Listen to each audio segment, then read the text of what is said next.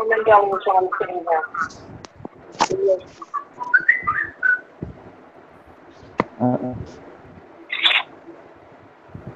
Oh no. Another one.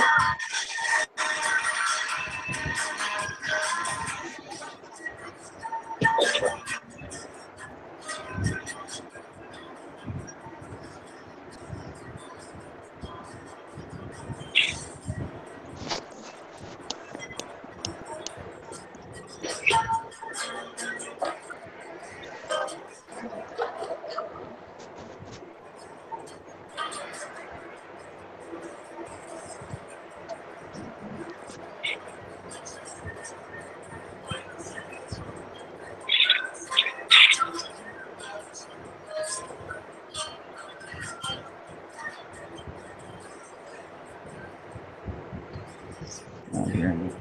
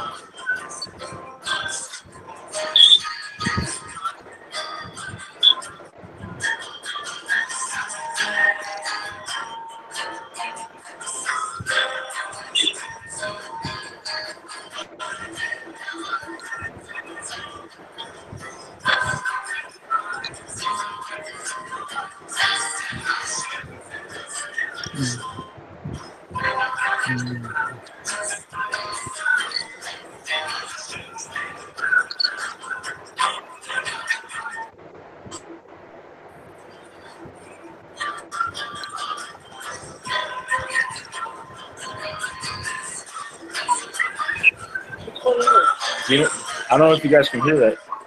Oh yeah. It's No. It's really It's low. a little low. Yeah. Is it low? Yeah. Yeah. Is that better? Sort of.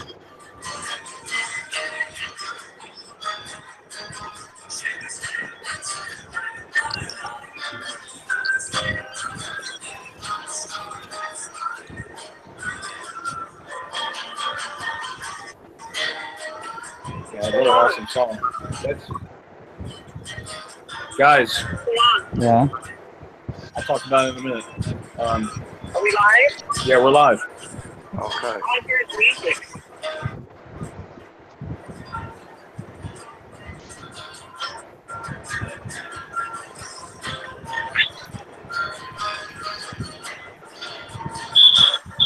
Wow. Hey, That was awesome. Good job. That's Awesome. great. Awesome. Thank you so much. good evening and welcome to my exciting channel. We're discussing Mandela effects and the like. Thanks for tuning in tonight. Welcome on Mandela Effects and Take. So we are here. We have a full group tonight. Never before have we ever had so many people. And you know, thanks to all of you for joining in tonight. Beautiful performance, by the way, Gen X. Gen X. How long you been playing guitar, man? For about 10 years. Awesome, man. Yeah. You did an outstanding job. Thanks, man. Sounded good. What I would do. I love that song. I'm glad you agreed to do it. And it is a Friday night, guys. What do you make of that? Pretty good. Yeah, it's Yeah, great. it's good. We got people outside still shooting off fireworks. I guess the Yeah, numbers, they right? did here too. Yeah. Yeah, they were doing it last night over here, too. Awesome. Well, Awesome. it's legal here, so they can just go up to the store and buy it at Walmart. Well, there was a short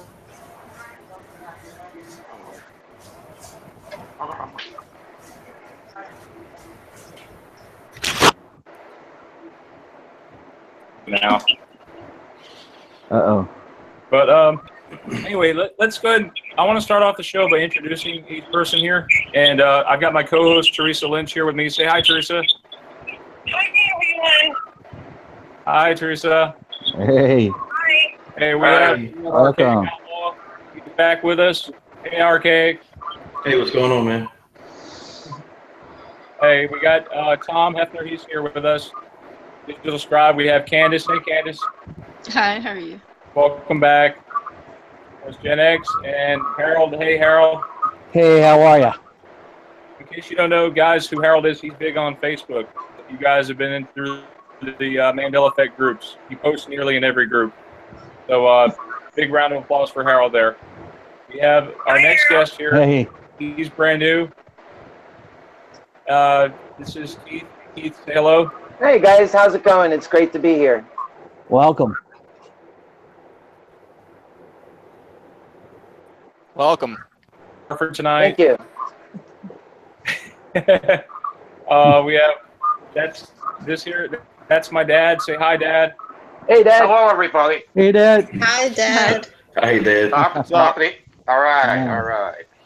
That's here with us. Now I've sort of teamed you guys up based on similar interests. So we're going to be talking about personal MEs, strange lights in the sky, history that sort of breaks up or changes, discrepancies in history, which speak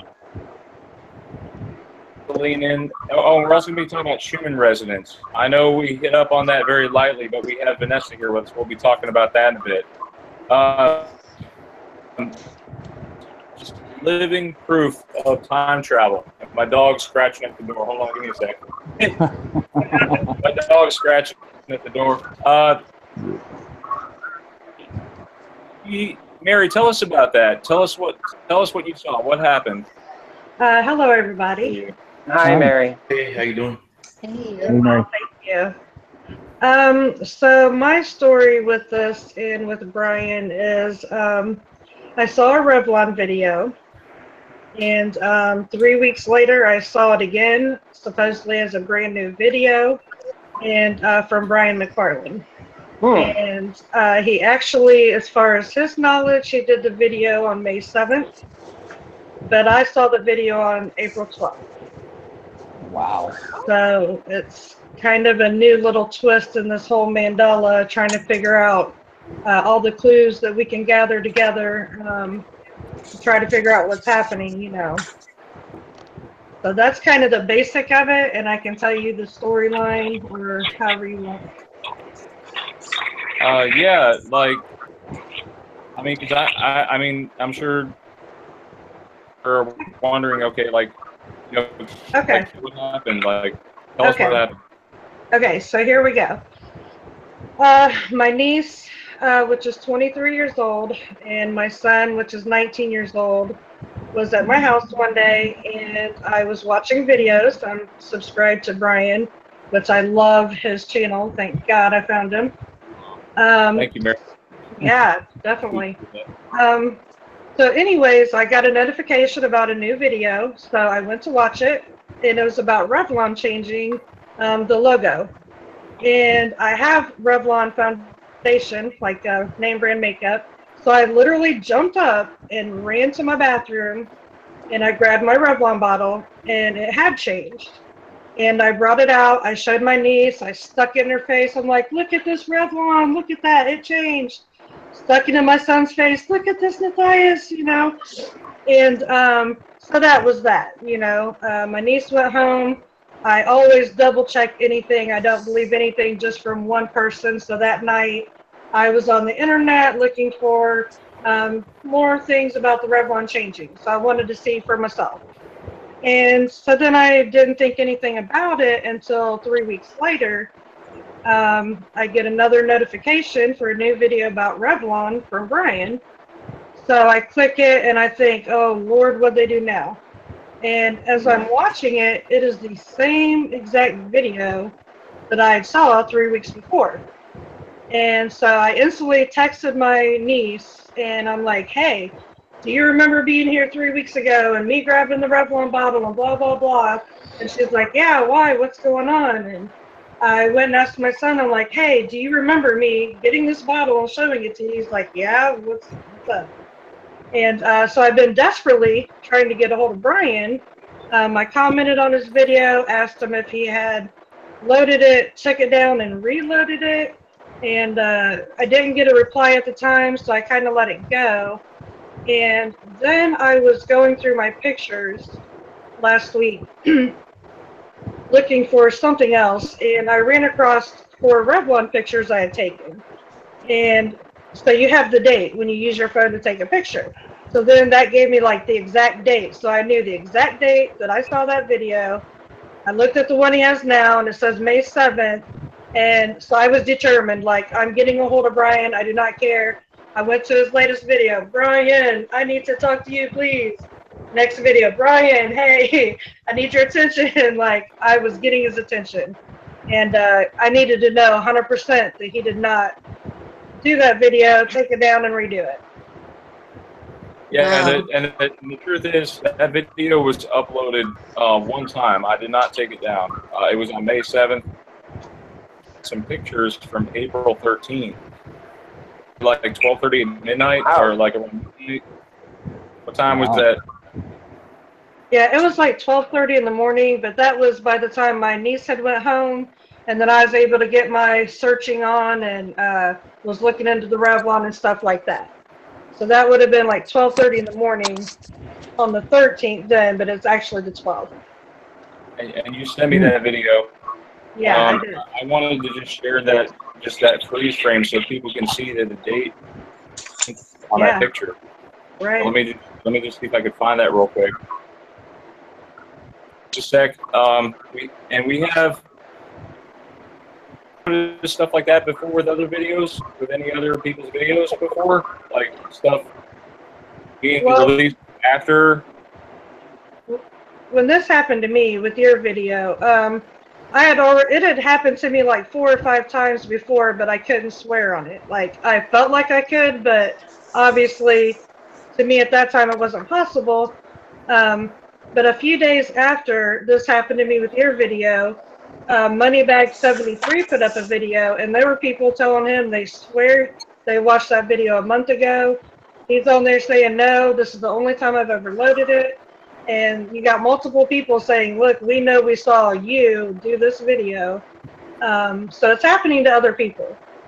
I mean, a lot of other people. What was the other video about? Yeah, the Moneybags one? Yeah. Yeah, I have it here. I can show you. I learned how to do the screen share. Or I can just tell you, either way. Just tell us. You can share it on. Go ahead. Okay, it's Moneybag73, and it was to take me out to the ball game. Mm. And if you go down to,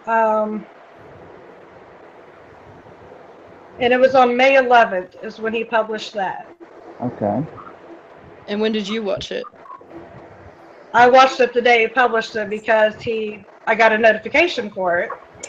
And every video I watch, I read every comment as well, because you can learn so much from just comments and everything else. So when I watched the video, I read all the comments, and I seen people already telling him, hey, I saw this video. If you go down to Basil Did they Joseph say when? Boy, Did they say when they claim they saw it? okay, this guy says right here, didn't you post this video already? How come you're posting this video again? I saw this video like 3 weeks ago. Mm-hmm. And there's 17 replies and other people saying the same thing. Yeah, Mary, I'm telling you. Yeah. I'm sorry, Brian. Can I ask a question? Mary, when you watched the video, okay, of Brian's video, was there anything you noticed around you during that time that seemed weird? Like, did you see a clock moving in front of you anywhere, or did you notice anything changing or anything out of place when you watched that video? I didn't notice, but I wasn't paying attention to anything else either. I was just kind of in the shock of my own moment. Well, and the reason you know. well, the reason I ask is this. if you were experiencing some sort of a time anomaly, then it was localized, obviously. And if it was localized, maybe something around you was also affected, not just the TV and not just or your computer and the video. You know what I mean? Maybe something else was affected as well. Something else that I could notice, you mean, like? Yeah, like a clock or, you know, because sometimes I've seen localized time anomalies with the clock stopping at a certain time and holding that time for, it seems like an hour and a half, and then look at it again, it's the same exact time, and the clock is working, it's not broken, you know, but for some reason the clock just stayed there. And I've heard of other people having these kind of time loop anomalies where they get stuck in a loop and they can't get out for like 15, 20 minutes. They're doing the same exact thing over and over and over again. So I was wondering if this was some sort of a time anomaly. Was there something else affected by this anomaly, you know, in your general vicinity? Like, were there anybody else affected by it, or was it just you? Well, I mean, besides the fact that I had 2 people at my house that remember seeing it, you know, in the prior time that I watched it. Okay. Like, I don't have any, I didn't notice anything around my house or nothing with time or no noticing of time. Okay. Time for me. Mary, can I ask you a question? Yeah. Mary, did you experience any kind of ear ringing around that time? Well, no. See, the thing with me, something happened to me one day like 5 years ago. And I got a ringing in my left ear just out of the blue that just never went away. So I always have that ever since that day that happened.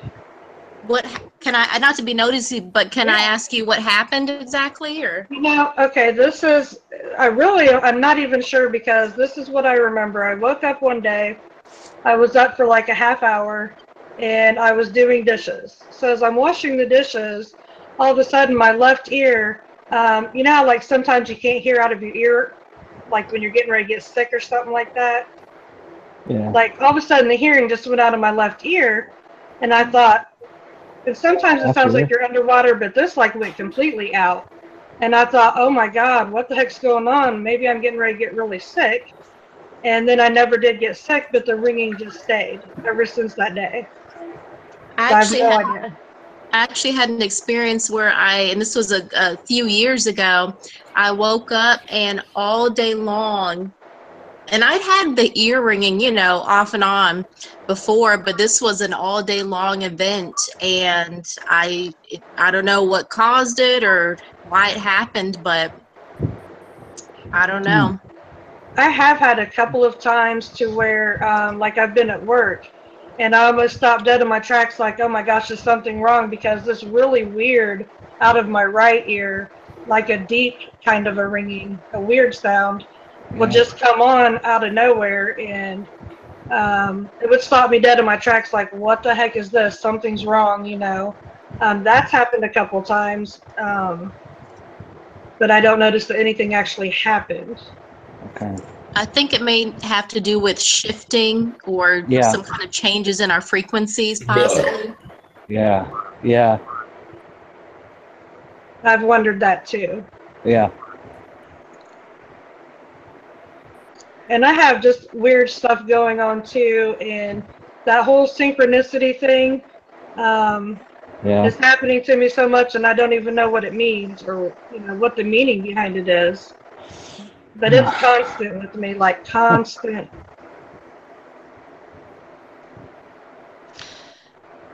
You didn't experience anything in the, you know, from the future though, except for that one thing. That is it. And well, and then like, there's other videos too from other people it's happened too. Just this one I have like somewhat what I could call proof of. It sounds like Brian's video is being streamed into the past. Yeah. Does that cost money, or can you get that done? I don't know, Mary, about maybe I should put up some lottery numbers in a video and see if it comes up for her and we can split the cash. Yeah, so, Sure. so if you stream the lotto numbers and it goes into the past, and then, you know, they go and they make those bets and they split the winnings with you. There you go. Right. So There you go. do you guys think, because I was trying to get back in here, we're going to talk about the Schumann resonance. Do you think that may have something to do with it, Vanessa? Possibly, yes. I'm still trying to figure out this whole Schumann resonance thing too. One thing that I think a lot of people aren't really aware of is that our brain waves, like the you know, the data, the delta, alpha, all of our brain waves, they are synchronized with the Schumann resonance. So when the Schumann resonance change, our brain waves seem to kind of either sync up or not sync up. Some people seem more sensitive to it rather than other people. Hmm. When you mean people who are sensitive to it, you mean people like us? Or Yes, I do. talking to a lady earlier today, and I hope you guys don't mind me bringing this up. There's this lady, Anna. I hope she's watching out there tonight. Hey, Anna, hope you're watching. Hey. I met her at the Dollar Tree, and really strong, much like Teresa's end that she's shown me a dozen times. More strong on those that are affected, and I know like some people don't seem to have it as much, but Mandela affected people DM. Oh, you have it too, Harold? Yeah, I have it on both hands. Oh my gosh. Yeah, check it out. I think I got it going on to you guys. Does Yeah. it look like a big old N to you? Yes, it does. Same as mine. Yeah. In the Mandela effect. Mandela Yeah, effect. yeah, I have it too, Brian. You have it too, Gen X? Do you have it? Yeah, I do. Candace, Awesome. do you have it? Yeah. Me, yeah. Yeah. We are Yeah, two multi-talented of and extra special. Hi, Rena. Oh, is Rena there? Yeah, I'm saying hi to her. Okay. Melissa's here too, Melissa and Rena. I'm just giving you an FYI. Cool. You know, it seems like we've been undergoing these attacks, but something is out there saving us. And That's right. I That's know right. we all know who that is. Our Father up in heaven. Yep. I met this woman today, by the grace of God. She knows. I didn't even have to say it to her, and she knew it. Wow. Did you notice the prego was messed up? Do you see the G? And I want to share that with you guys because this is crazy. The prego never looked like this. It has a horn now? Wow. Sweet. Look at the prego. Prego, Okay. the G, Yeah. a coiled up snake. Look at it. Oh, wow. Look at that. Yeah. And Having more of a round nub there, do you?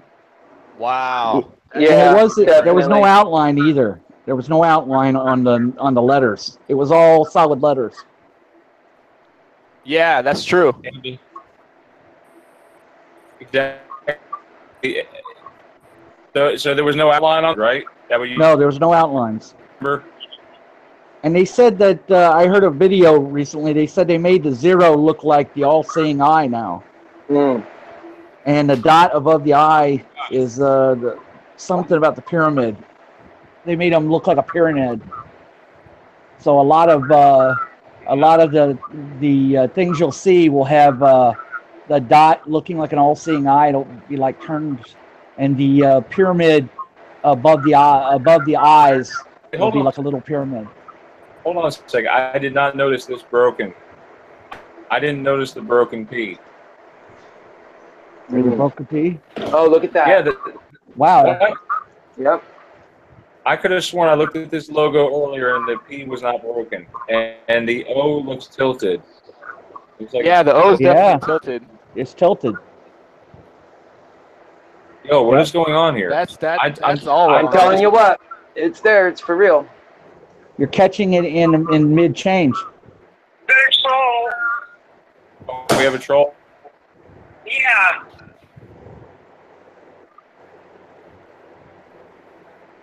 These You know guys. what I'm talking about. All right, Wow. guys. Yeah, do your thing, Teresa. We're just trying to spread the message here that something is going on here. Yeah. Yes. Motel 6. You ever remember Motel 6 being vertical? No. No, absolutely not. No. Passed by one today, and I was like, "What the heck?" 'Cause I could have sworn it was horizontal at the top left. That's weird, man. I don't know. I'm surprised you don't see 3 6s somewhere in there. 2 extra You know? ones. Yeah, the last I'm one telling has you. like turn 6, doesn't it? Right? Yeah. Okay, Eventually, look at you will Kickstarter. see 3 6s there. Yeah. Maybe so. Start Mountain Dew. Kickstart the A and the R. Yeah. Yeah. He looks like a pyramid. Play-Doh 100%, but I don't remember on the P and on the D that pronounced. I don't know. No. The A and the R are connected. Did you And happen the to check dough- to see it, how long that's been? That's been recent? It says since 2000 about these logos, changing. I was Yeah. right. Yeah. You guys haven't seen this one. This is Tiger Rice Cooker. Yeah. Wow. And the R is broken too. So there's definitely the R's and the T's, the G's. I don't know. I don't know really what to think. Are signifying something. Yeah. I just blocked your. They keep connecting letters, man. Like, Well, the if you see a lot of the new logos, they will have that pyramid on the A. They will have a pyramid somewhere on their logos. They'll have the all-seeing eye somewhere on the logos. The O's are turned into all-seeing eyes. I don't know why, but I guess they're trying to let people know, these are our companies. These are our these are the ones that we support. So if you're one of us, support this company. I think that's what they're doing. probably. Because I saw a video recently on that, and they showed like 100 companies that did it.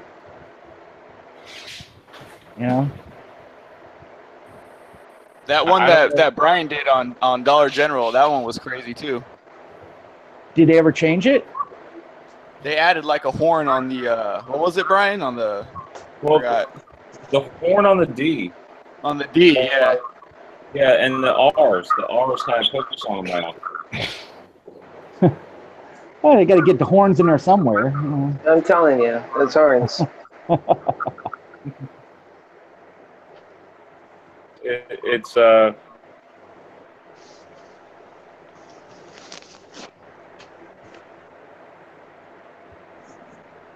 Let me ask you guys something. How many of you are actually scared over this? I Do any wasn't of you find first. yourself scared?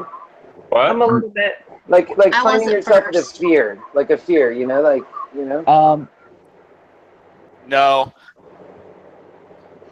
Because I think Not not scared, but scared. concerned. Well, let everybody talk, and then I'll talk, because I have something to say, but I'll wait.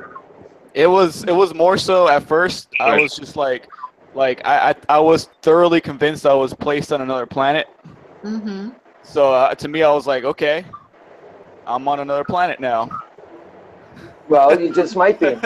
But it's not. It doesn't always have to be necessarily a bad thing, or perhaps if you look at it in a sense, it doesn't have to be always necessarily like the devil or something that is nefarious. It could actually be something different. Have you ever thought about the other side? Maybe it's God talking to us. Maybe there's, for so long, God has been ignored. If you say God to certain people, it's a trigger word. You know how many people I've actually mentioned, oh, well, God, and they just turn around and walk away. And surely God is not going to be, God is all powerful in this universe. He's, you know, all of us know this. And it's unanimous. So if we're saying that the devil's coming in and overpowering God and changing the Bible and doing all these things, this is not possible, guys. This is actually, in my thinking, it's God. Anyways. Well, thank you for that. That's a good point there, man. I appreciate what you just said, and I have one thing to add to that. If you look in Revelations, it talks about the great deception, okay, and that God already knew this was going to happen. He planned it basically. All this stuff that's happening, he knew it was going to happen. This is the way it has to go. We have to go through it. Nobody's overpowering God. God is telling them this is what's going to happen. Right. Okay, and this is how it's going to end. And this is the way it's going to end. We're going to win. There's no big deal. Just relax, go through it, and you'll be all right. You know. But as far as the MEs are concerned, I'm more concerned with how they're doing it. You know what I mean? It's like, okay, we see the result of it, right? But I'm looking for that thing where why, you know, how are they actually changing it? You know, I know we're shifting, I know that much, but here's the thing. How are they, like, after the fact, retroactively changing things? Okay, and now I saw a video early this morning, because unfortunately I wake up early, and I sleep late, so but I saw this video, and they were talking like me. Yeah, they were talking about that CERN was working on trying to find the building blocks of reality. You know, the actual building blocks of the material world. And they said they found one piece of it in the Higgs field. Yeah, well, no, actually, they're talking about the Higgs field. Right. And they're saying that, through this Higgs field, they actually have the ability to change reality, change material things, okay? And they can do that. But that's not exactly what they want. They want to have absolute control over the material world, okay? And so there's more building blocks there that they haven't gotten to. They're working on it. But that's not their whole point. Their whole point is to get to the dark matter universe and to get the antimatter, okay? Because and you're throwing money at them like it's insane, billions and billions of dollars. That's right, the Large Hadron Collider. Yeah, well, they're building a new one. It's going to be 3 times the size, and it's going to be 100 keV, okay? So they're going to get to this dark matter universe. Now, people have said there's a lot of different things. You know, well, they're trying to let the people out of the, you know, the old gods out of the pit. They're trying to do it. Okay, but what they're really doing is, or at least as far as money's concerned, they want to get that antimatter, because that antimatter they can use for bombs. It's very powerful. And besides that, it affects us in a really bad way, because what happens is we have that same negative anti signature in our DNA, in our body. So this calls to us, and so wherever they have it, it creates chaos. Okay, it creates problems, and they want to use it as a weapon. Okay, basically. Now that's true. I'm sorry. So you're saying these guys are like working alongside evil, more or less, like with the devil? Yeah, pretty much. But I don't. You know, here's the thing. You know, I know that they're looking for this antimatter. Okay. Now, are they? Is this like one part of a bigger plan they have to let the old gods come back, to, you know, pop the pit and let Lucifer out, and, you know, whatever? Hey, you know, that could happen.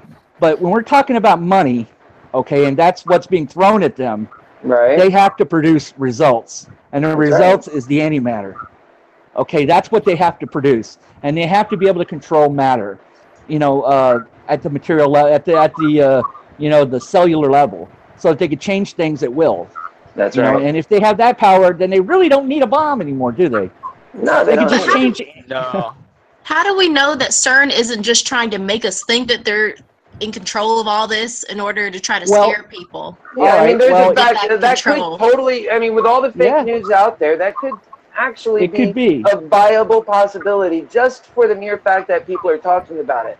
Isn't this what they're doing? Aren't they planting things in our head all the time? Yeah, well, you know, Candace was talking about mind control, and she said that.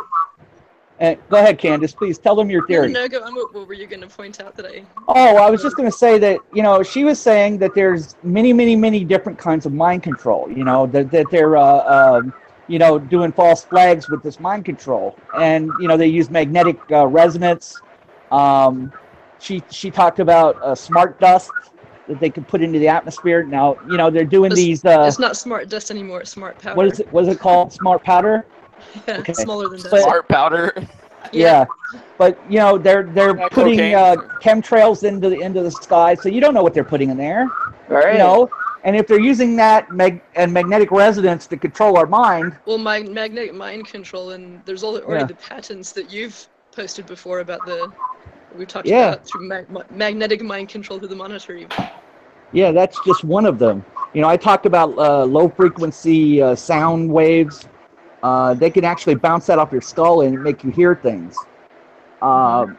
They've been using that for a long time. It goes right through walls. You wouldn't even see them. They could just start talking to you, and you would think it was somebody in your head. You know, you would just hear a voice. The more I think about it, there's nothing that I can think of any example that cannot be like simulated or explained through mind control as well, if that was happening. Well, the thing is I know that, you know, CERN has their technology and there is that dark technology out there, but the Schumann resonance, it's an electromagnetic field that literally bubbles and it surrounds the entire Earth. So even if they did have, you know, that technology or whatever, it doesn't even compare to that entire bubble, the natural Schumann resonance, that bubble that's surrounding the entire Earth. So they may be able to manipulate and tinker with it a little bit, but that bubble is enclosing the entire Earth, and it's evolving on its own, whether they want to claim that they're controlling it or not. Yeah, I don't think they're controlling anything. I think that they're just trying to rip the veil, or that too. Yeah, they're trying to tap into stuff that they shouldn't be. Well, the big thing is God, you know, like I said, he planned all this stuff ahead of time. So if we read Revelations, we see that the things in Revelations are coming true now, okay? And what we're calling, you know, ME may be just part of that the Great Deception, you know, where they're just lying to us. And I even actually posted something about that the other day, that from birth till death, they lie to you about everything.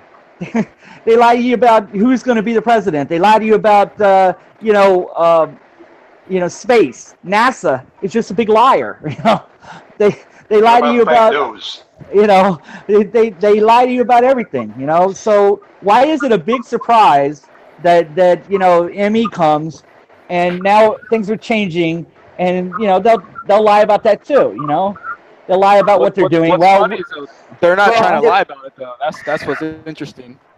Oh, at this point they don't really need to, I guess, anymore, because you know, as far as they're concerned, they won. You know, they're doing it. I think they're sitting back and watching.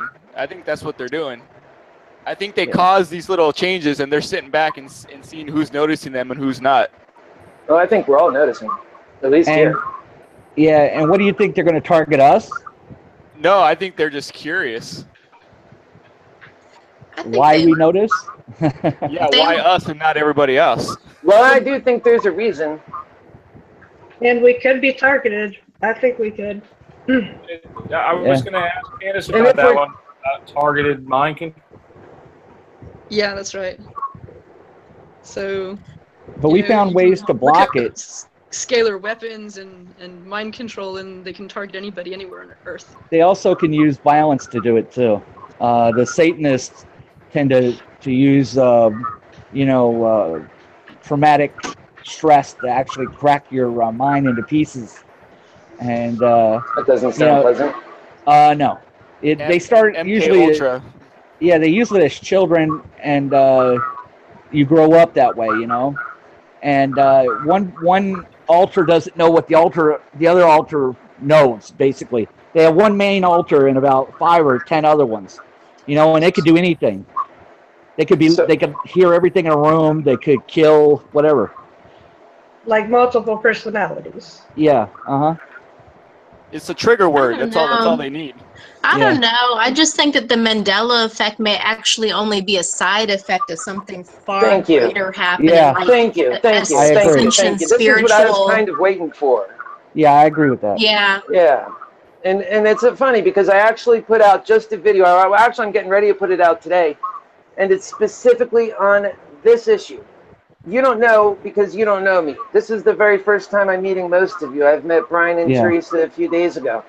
And the reality of it is, I've been feeling this for such a long time, and I know in a sense we all have. And, you know, the truth, like when, for example, you were just a moment ago, Harold, talking about how all this fake news is coming in. But let me ask you this, in the last year or even 2 years, how many times have you been fooled by that fake news?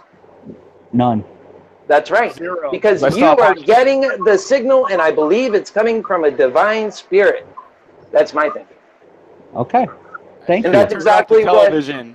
on my next video, by the way. That's right. And Keith. I don't watch TV, so. Well, Keith.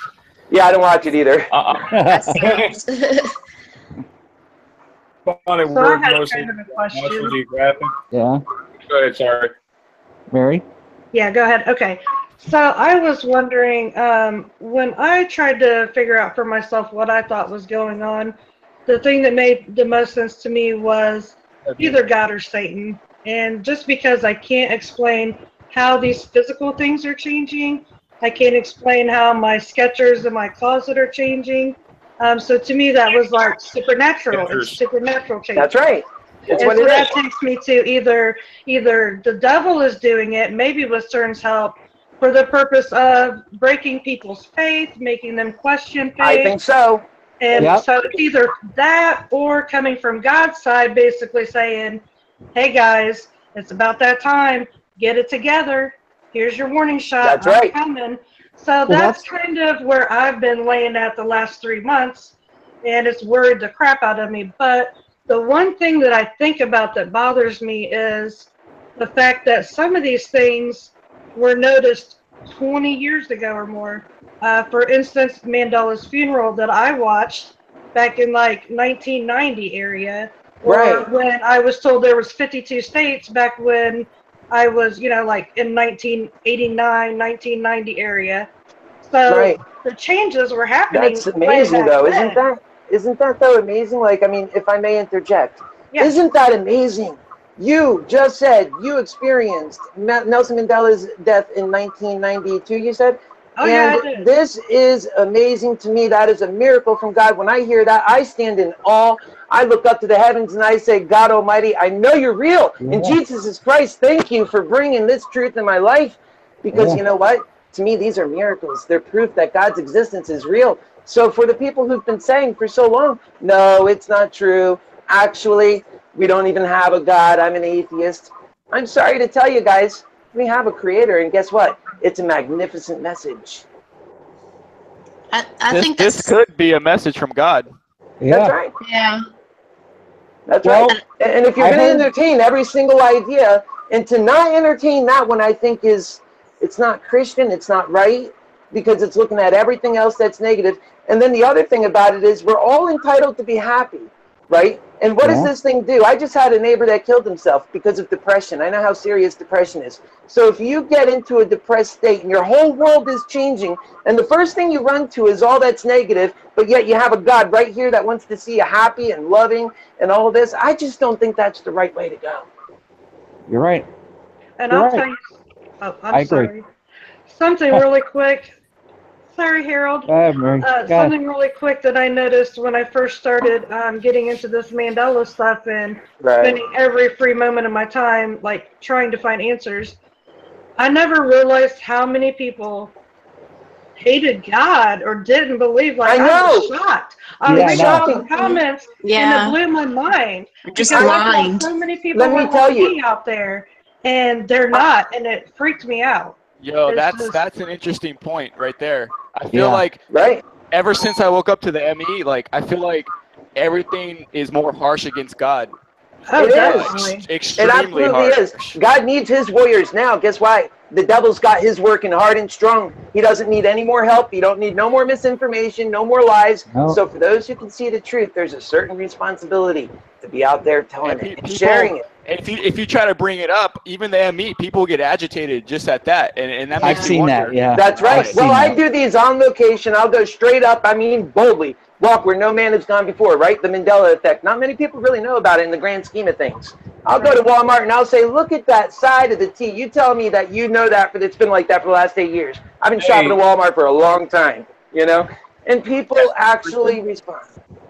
Well, I really admire that because I've stopped talking to most of my family about it. My own mother won't even open her eyes to it. Oh, some of them are hostile. And one guy, he turned around and walked right away. It's all on my show, actually. You guys, if you watch Meeks B, she says she can't even talk to her mom anymore because Yeah, I know. she just walks away from her if she tries to bring up anything related to the ME. She can't even talk to her own mom. If I can just say one more thing tonight and nothing else, I want to say this, okay? And that is that the reason why our families aren't wanting to hear us, the reason why, you want to talk about evil, I'll get right in there with you. The reason why that none of our families are hearing us, that people don't want to hear us on the street, that the truth is having a hard time getting out there, even though you and I can both see it very clearly. The reason why is because of evil, okay? It's because the devil is actually holding some people back. So when I tell I'm sharing information with you, it's because I want to lift you out of the devil's grip. Anyways, thank you. Right. Amen. And that's why you're confronted with such hostility. That's right. It's a war. It's a war. I just wanted to share one thing. Well, CERN got a message recently, and it was from God, basically.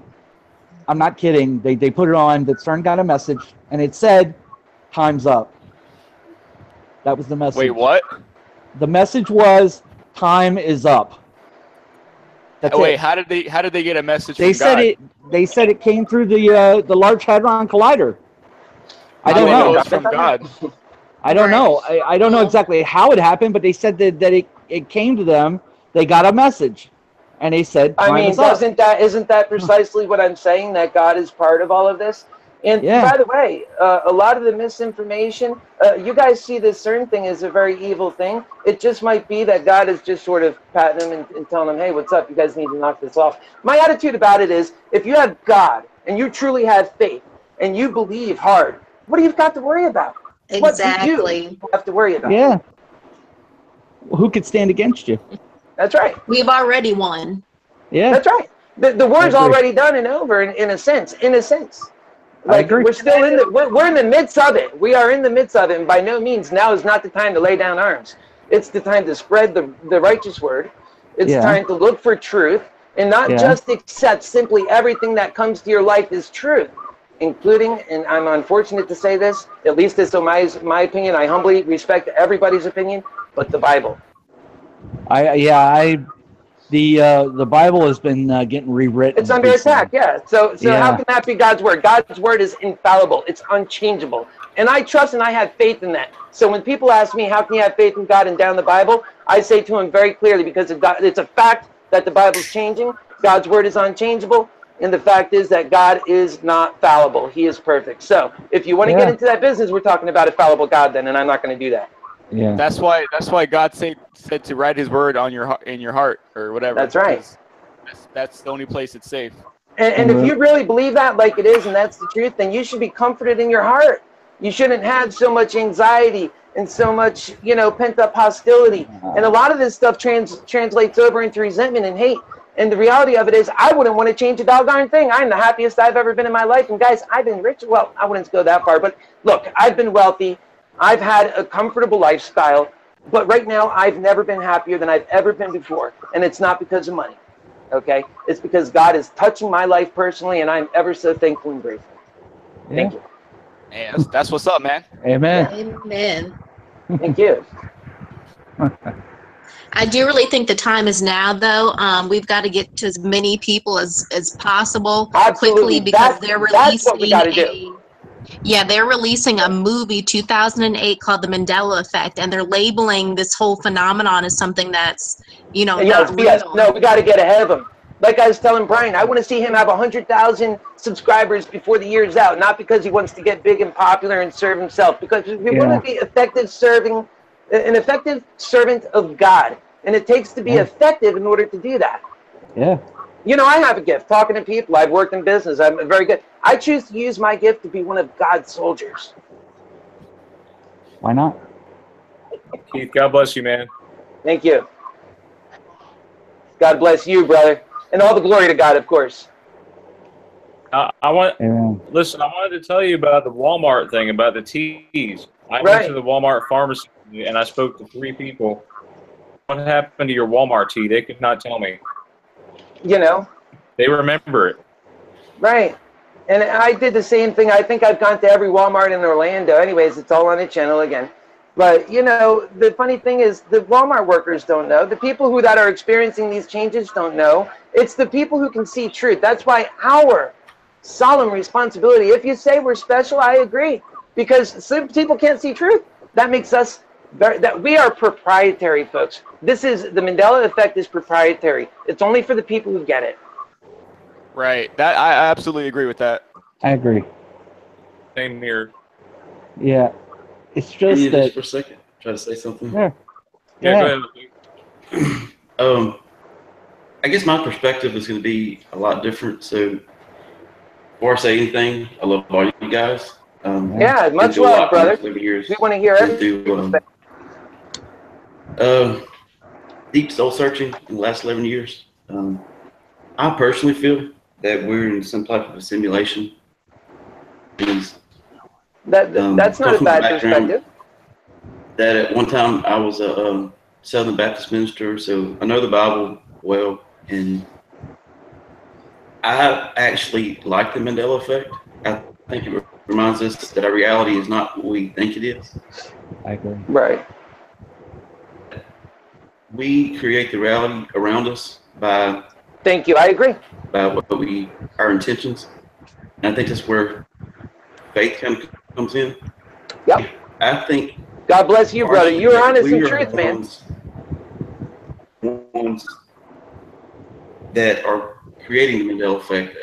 I'm not saying that CERN is perfect against science, you know, because we're quick to judge science, but yet I'm not against science, not one bit. Or technology that we have is through particle physics, semiconductors, silicon, things like that.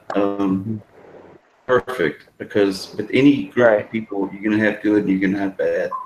And CERN does some really weird stuff. So I'm not saying that they're perfect either. I really don't know. And it's possible that they could be this new wave.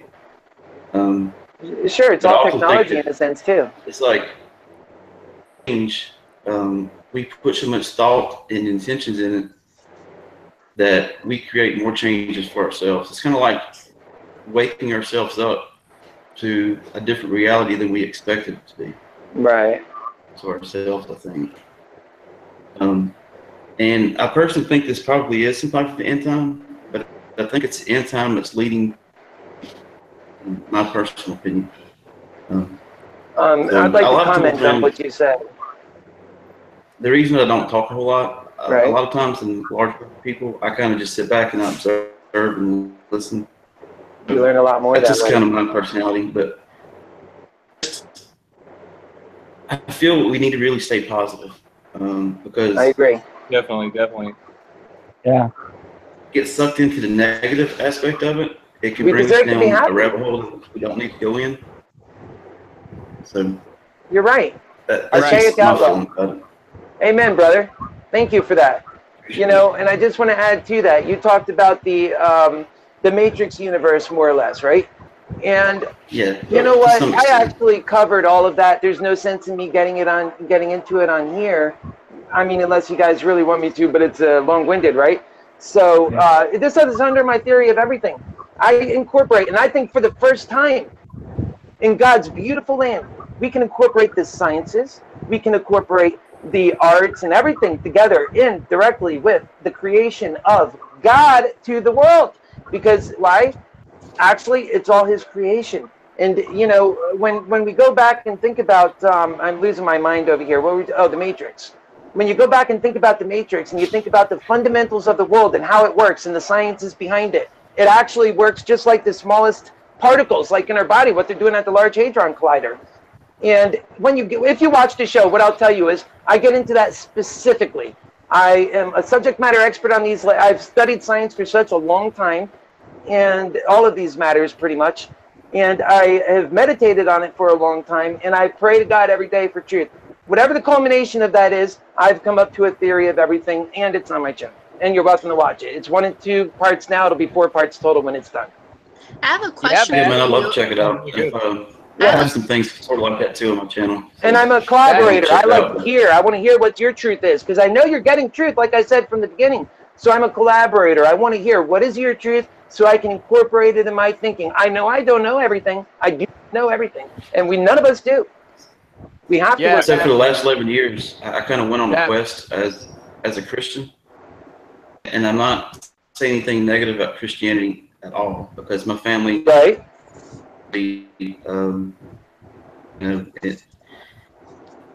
so I've been really deep in Christianity my entire life. So there's no way possible that I'm saying anything negative about Christianity. But for me at the time, as a minister, things that I saw in the inner workings of a church, I just had to step away, and then I searched for truth, no matter what the truth was. It was hard for me to accept truth for what I saw, but search for truth no matter what that was, completely. And it brought me down a road that I never quite expected. And I say simulation because, I mean, like a computer simulation, like, although it could be. No, not at all. It doesn't have to be. It's just God's method at getting the job done. Look at life as God's method at getting the job done. It could be very well the Matrix. Sure, I agree. Yeah, man. They've done studies, man, where at the quantum level, everything is nothing but a vibration, man. Like nothing but a vibration. That's all it is. That's all it is. And when you understand it, then it makes sense. Actually, word. God spoke, and everything became something. That's right. That's right. And you know, I'm not going to hog the road. Go ahead. Archaic law. I'm sorry to interrupt. Archaic law. When you say simulation, do you mean a hologram? It could possibly. I kind of look at it in 3 different states. I've come to a certain point of knowledge, and I haven't really went past this point. I kind of describe it as a simulation, holographic principle, or maybe some type of a dreamlike state. I honestly don't know much past that. But I think it's just the best way that we can describe it at this point. My conclusions from things like the double slit experiment, which is, are you familiar with the double slit experiment? Yeah, man. Yeah, sure. That stuff's interesting. When you really see that the observer changes the outcome of an experiment, when you're looking at the electron, it acts like a particle pretty much, but when you're not observing it, it acts as a wave. Yeah, it behaves differently. The Schroeder's experiment also proves that. And that's precisely everything I get into with my theory of everything. I don't leave anything out, guys. I don't think I do. And if I do, I don't challenge you. I ask you, please, look at it. Tell me, what am I leaving out? Let's add to it. Are y'all familiar with Dr. James Gates' studies with supersymmetry? Yes. Found binary code at the base of everything that we know. Yeah. At the lowest level, yeah. And it was actually browser code, and a specific kind of browser code that only is used for our browsers, basically. Yeah. It was created for an internet browser. Yeah. So it wasn't just like zeros and ones. It was actual code, for a browser. Debate. Well, they have an annual debate that I can't remember exactly what it's called, but they had one in 2016 where they just debated just with Dr. James Gates, his studies of symmetry. Back, and I mean, he completely went against everything that he said in the 2011 one, which I found was funny. I had to turn it off halfway through the debate. But I came to this after I left the church. Became a pretty staunch atheist, and then through my study for science, actually brought me back to realizing that if we That's are right. in some type of a simulation, it has to be A creator. a programmer. And what would you That's right. program? So it has to be something else that we don't understand yet, or we're just beginning to understand. At least, you know, the science. And I wonder if we're part of some sort of experiment. I was watching Dark City last week, and I know I posted a video about that. To have a lot of parallelism with what's going on. Although I don't feel myself being poked in the head by a needle. No, I disagree with that. No, right. What if it's part of some big experiment, you know? Well, I think it's possible, but at the same time, I think that, just like I said, we create our reality, and I think there are powers that be that are trying to control us. I think they're an elite. I get into that very specifically, guys. That try to really control I've us. got several things to say about that. The first thing is, I'm sorry, I don't mean to cut you off, but I got this thought, I'll lose it. If I let go of it, I'll lose it. The first thing that you have to look at is the fact that tech billionaires right this minute are throwing money at scientists and telling us that we are in a simulation. Okay, that's right. They're saying they're trying to get out. Yeah. You know, well, here's my problem with that. Okay, we're in a simulation. Okay, let's say we're AI in a simulation. Let's assume that we're actually AI. Okay, if we leave the simulation, what are we? Nothing. We disappear. You know, unless we have a host. Unless we have a host, you know, a robot, another computer, you know, something to move to. Are you Christian? I am. Okay, well then you believe in spirits. So Yes. why is it that energy that's powering it all can't be where you really are, and that what you're experiencing now is actually the other side, right? Why can't it I understand. I understand what you're saying, and here's the thing: if we're discussing a simulation and not something else, we can discuss anything. It all equals out. God's perfect. Well, the reason I'm mentioning this is because I watched a video by Jordy Rose. Okay. Right. So I watched it. He was talking about a specific place that they were going to build a computer to control AI, and that if the AI got out of control, I invite that stuff, guys. Not to be a loony or the oddball out, but I like the idea of AI. Here's the thing. He said they created a computer that if the AI got out of control, they would download it into this computer, and this computer would recreate our entire universe, actually multiverse, okay? So that the AI won't know that it's in a computer. It'll think that it's just continuing. Now, doesn't that sound familiar with what's happening to us? You know, we're in a reality. Okay, I see your point. Not nefarious necessarily, but reason. No, we're in a multiverse, okay? Right. And I'll tell you why. Absolutely. I'll tell you why. Because Jordy Rose said that if you're smart enough, you know, that our shadow universes overlap, and if you're smart enough, you can reach in and grab the resources and pull it out. Right out. Okay. Can I say one last thing before I go? Sure. Because I gotta go. Okay, go ahead. If all of us together here are getting truth, and we are so close to truth, and if we're getting truth in our lives like that, guys, and this is some theory that we can all get on, see the positivity of, get into it, delve into it, look at it from different ways, fly it around, and it doesn't break, we just might be onto something. I continue to think that we should continue to prod, poke, and see if it'll break, though. I don't think it will. Hey, I gotta go. Okay. Can I say wait. Thank you. Thank you for sharing. Yeah, thank you. Hey, man. Thanks for sharing, man. Hey, God bless. Hey, right? such a pleasure. Take care. Okay, see you next. Can I say one thing before you leave, man? You guys hear me? Yeah. Yeah. What's up, Brian? I'm sorry to break in. Keith, why don't you tell the audience how to get to your channel? I'll post the link. Sure, I appreciate that, Brian. Thank you. Okay, to get to my, anyways, here's what I do, okay? I feel like I've been touched by the divine. For whatever, I'm no better than anybody else, okay? We're all getting truth. If you're just tuning in to Brian's show for the first time, well, then you're like me 4 months ago, except for I've experienced this twice. And here's the thing. You're going to go through a rabbit hole effect. You're going to get scared inside, but I'm telling you not to be.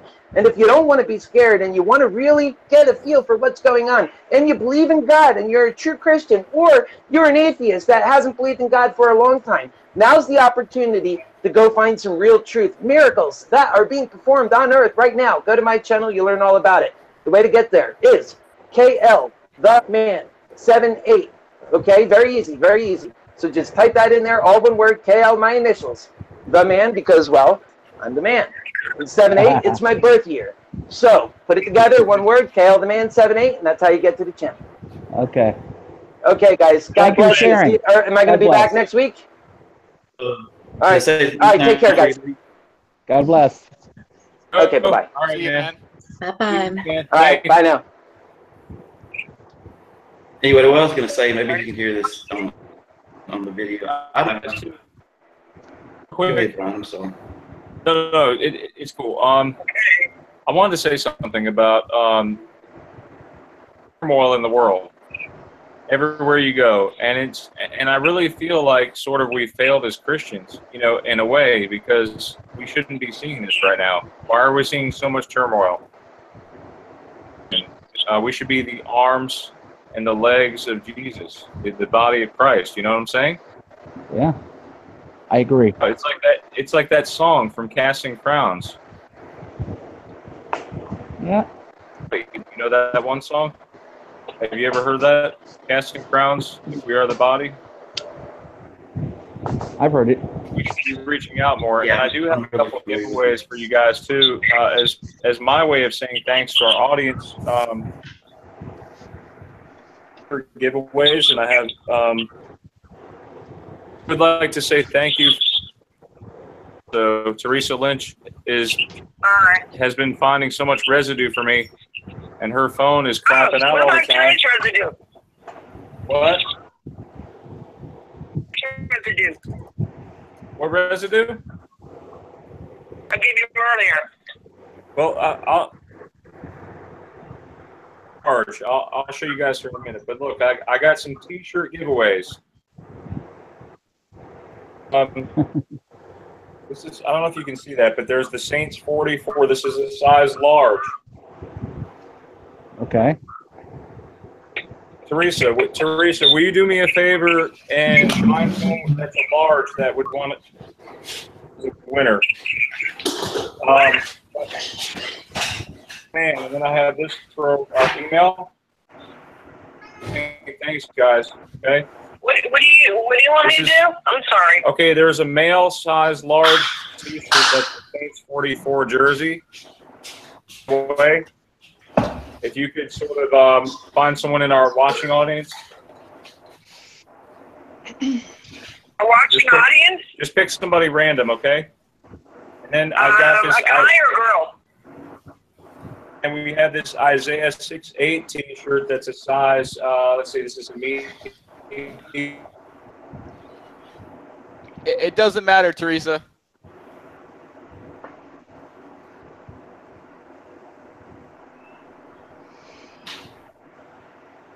Yeah, I think we lost Brian. You guys hear me? Uh-oh. Yeah, now we can. Uh-oh. Okay, it's glitching out. That's the AI. Is Karen gone? I've got this book here. Rediscover.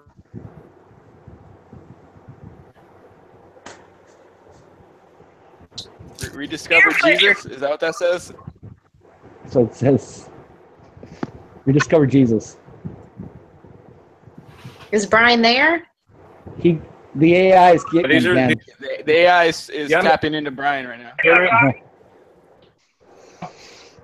We can hear you now, Brian. We Okay. can see you.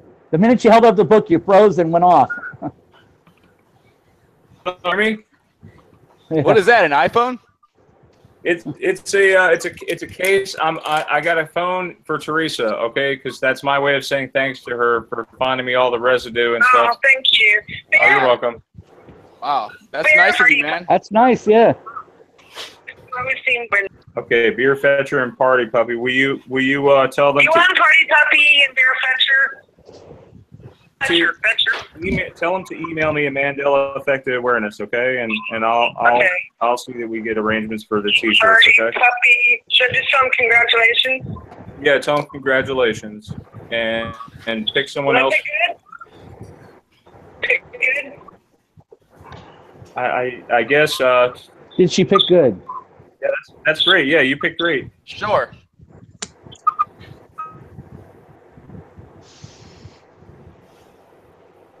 I'm gonna try to do giveaways at every episode. I think you need to get a new computer. Hear A me? computer. Yeah, we can hear you. Yeah. Can't see you. I don't know if you can hear me or not. Now I can see you. And you froze. Sorry. Yeah, this is an Alcatel Idol 4 that I'm giving Teresa, okay, as a way of saying thanks. That's Wow. nice. That was great. That's it. That's awesome. Wow, that's nice. Oh, we got Candace back. I'm sorry. Yeah, I can hear you. I can hear you. Yeah. Okay, I never know if you can hear me or not. I'm sorry. But yeah, those giveaways, Teresa. Okay, tell them to email me, and I'll get their info and send them out. Okay. Fletcher. Was that Keith? I think Keith just dropped out. Yeah. Okay. All right. Let me He email said he you. was gonna go. He said he had to go anyways. Email Brian. Tell me.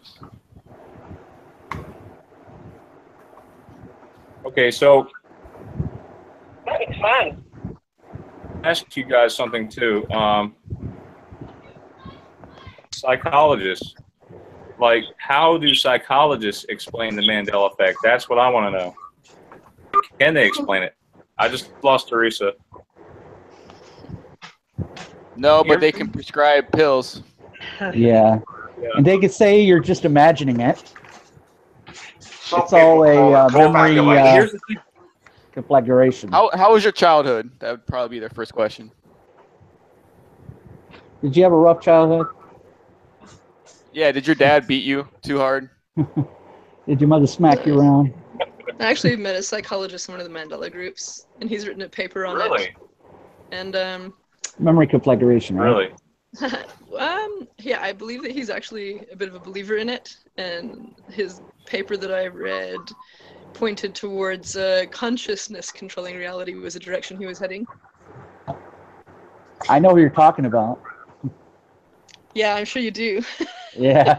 That's Actually, that's very interesting. I've kind of been silent, but I don't want to give away too information just because of my job, but I do work in the mental health field, and I was actually having a conversation with some of my coworkers, and I've decided that none of the clients have said anything yet, but if a client does say anything, I'm going to tell them, this is real. This is not a mental illness. I've already decided. Oh, wow. That's good. That is so awesome. So wasn't thank it? you. That's Wasn't I great. find in the man. forums a lot of registered nurses, and there are people in the professional fields that are experiencing or believe in it, but it's hard to come out and say it to other people if they're not affected, because of course you want your reputation, to not be tarnished. Right. Mm-hmm. Well, there's a lot of denial going on. A lot of denial, and there's at my job, there's a nurses wing, so there's see, I don't want to give away too much information just because I want to keep my job, but I'll just say this: there is a nurse who works at my job, and this was when I first discovered it, and I was all kind of excited about it, and I called her into the office, and I brought up a picture. It was a picture of the skeleton. On one side, it was a photoshopped skeleton based on people's memories, and the other side was an actual skeleton. And I covered up which was which at the bottom, and I asked her which one is the real skeleton system, because she's a nurse, and she pointed to the one that was photoshopped. Oh shit! Wow. Wow. Yeah, I find if you ask them questions without telling them why, they'll give you the correct answers, or the way we remember it. Mm-hmm. So one of the older ladies that I was asking questions to is actually a registered nurse out here as well. And she remembers lion and lamb. She remembers lion and lamb from the Bible. See, that's the kind of crap you can't explain, man. Seriously. And this is what I wanted to point out as well. You're bringing up double slit experiment and all these scientific papers that you find online that you're researching, and this is pointing towards your answers. How do you know that that's even correct? I mean, there's so many changes in the Bible, and you can't trust that. How can you trust all these other scientific experiments that you're being presented to online? How do we know they didn't answer, and they're not there to mislead you? Why wouldn't they just change the textbooks as well if they're going to change the Bible? I mean, finding binary code and down to the quantum level. I mean, I like to try to look at things I can try to prove on my own in my own experiments, and go that direction. Can I say something real quick? Mm-hmm. Okay. Yeah, I totally agree with you. All the information that we get, for the most part, unless it's personal experience, is secondhand information. So we have to be very careful about what we, hear or bring in or accept. For me personally, I look at things and I evaluate it, I study it, and over a long period of time, then maybe I would accept it. As far as the double slit experiment, it's been going on, I think, since the original one was a little bit different in the late 1800s, almost to 1900. I can't remember the exact year. But since then, it's been recreated many times, and it's never been disproved. So with something like that, it would be weird to have so many scientists to be on board together to say that it was true or whatever. So I personally think that the double slit experiment is true, but we should always approach everything with open-minded skepticism. Yeah, I wasn't saying that you're very skeptical, so that's just my feeling on it. It was just a comment that I came across when people were discussing the double slit experiment, where they said that they weren't taking into account something, which was like photons or the effect of photons on it. Mm-hmm. And so it's a matter of whether or not it's faulty or accounting for everything. That was the question for myself. Yeah. Well, they have done the experiment with electrons, photons, molecules, atoms, large, broad range of different aspects of it. Like I say, I've been aware of it for about 10 years now. I've been looking at it. So. But of course, in the end, at any level, I think we can be deceived when it comes to secondhand information. Right. I feel like I've came to one conclusion that I know that it's not wrong, and that in everything that we do, unconditional love or love without conditions, absolute most important thing with the absence of fear. That's been my I guess my motto, so to speak. That at any level we can be deceived, but I know that that's absolutely the most important thing. So I'm with you on some of it. So. I agree. I think the double slit experiment, the results of that are valid just because there's high levels of validity and reliability with the experiment. But archaic law, I just wanted to say, earlier when you were talking about a dream state, that really kind of resonated with me because when we dream, our brain waves, they literally switch from alpha to theta brain waves. And when that happens, we find ourselves in a totally new reality. Granted, we label that reality a dream, but who are we to say what a dream is?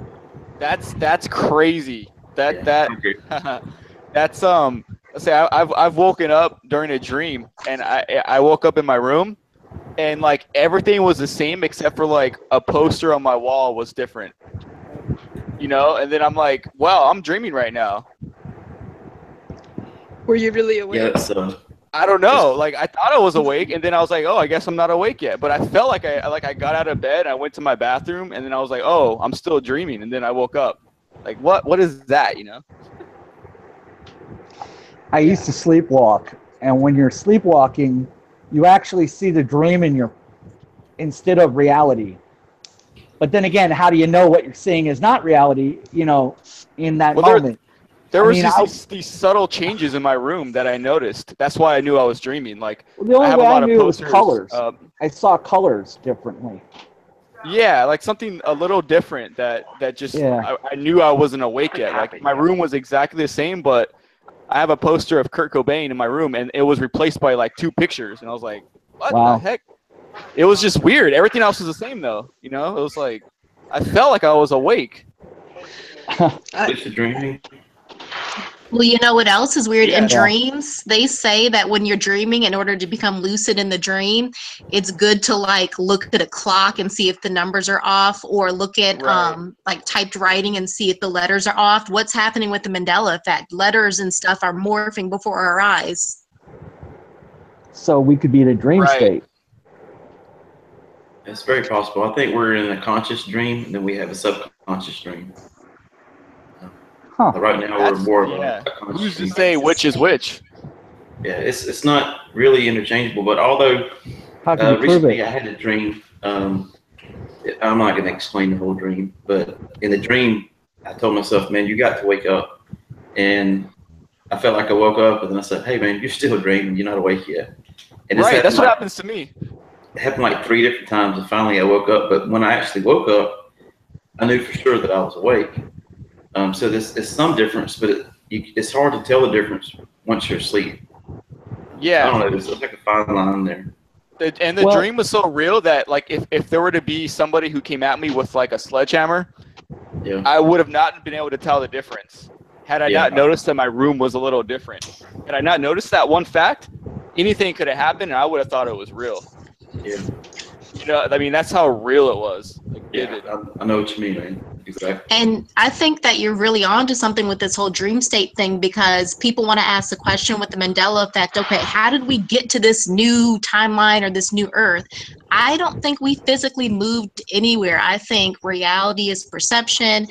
And I think that maybe our perception, or maybe our brain waves, and this ties back into the Schumann resonance, maybe our brain waves kind of became synchronized with a Schumann resonance that was a little bit higher, and somehow that kind of synced us up with this new reality, which kind of explains how, you know, somebody sitting right next to us could be seeing, could not, you know, be experiencing the Mandela effect like we are. Can the Schumann resonance be a reflection of people being manipulated? Possibly, and that's where it goes into CERN. I think CERN has the technology to tinker with it, but like I said earlier, the Schumann resonance, it is a huge bubble that goes all the way up to the ionosphere. It surrounds the entire Earth. It's been around long before humans or CERN, so I think CERN would like to tinker with it, but in the end, they don't have full manipulation or full control of the Schumann resonance because it's just so big. I have a question. I'm sorry. I just have one question. If we're synced up with whatever, is it possible that we're the ones in a coma or something? And that we're all seeing the same dream because we're all in a coma? You know, I thought about that, because, and this is going to sound crazy, but I've actually had dreams to where, and it's called group dreaming, to where you'll be in a dream and then somebody else will be in that dream with you, and then you'll wake up and like you'll have memories of that same dream, if that makes sense. So I thought about that. Yeah. That happened to me one time with 2 other people. And we were kind of sleeping in a triangle. When you say, Harold, when you say coma, what do you mean by that? Like that we're all dead? Like something happened to us, maybe either singularly or as a group, and somehow we linked minds. I don't know. You know, this just came to me like just now. I'm thinking about it, and I was thinking, wow, that makes a whole lot of sense. That if we linked up spiritually somehow, then our dreams would be, you know, of each other, and we would think we were the affected. But the reason the other people don't see it is because they're not real people. Oh, that's creepy. They're like I've actually thought about this before. They're like non-player characters. You know, they're like, you know, they have a little something to do, and they have a few canned responses, and that's what they got. Or they get mad and walk away, but they never. Go ahead, Brian. How would you know that we didn't die? I'm sorry, Harold. I got hung up on by my sister yesterday. Oh, you did? Why? We were talking about this movie that this may be a personal Emmy, but she remembers it too. This is a personal ME, I think. I'm not sure right now. Movie Armageddon. You remember that Russian guy? Yeah. You remember him in the pit, and he says, I remember him saying it was, "I'm Russian, you're American. This thing's made in Taiwan." Yeah. Russian components, American components, all things made in Taiwan, or something like that. Huh. Personally, me, but she hung up on me because I was just asking her a question. And she hung up on you? Somebody in the chat wanted to know: Are you in pain? You're not in any pain, are you? Yeah, my back's been hurting a lot. I just move back and forth a lot. I stand up. I sometimes sit down. I move my legs around. It has to do with my back. I have a herniated disc in my back, so. Oh, that hurts. Yeah. So sometimes I have to move around a lot. I might even stand up. You might see me standing up. So. Yeah. So Harold, going back to that coma thing you said. Yeah.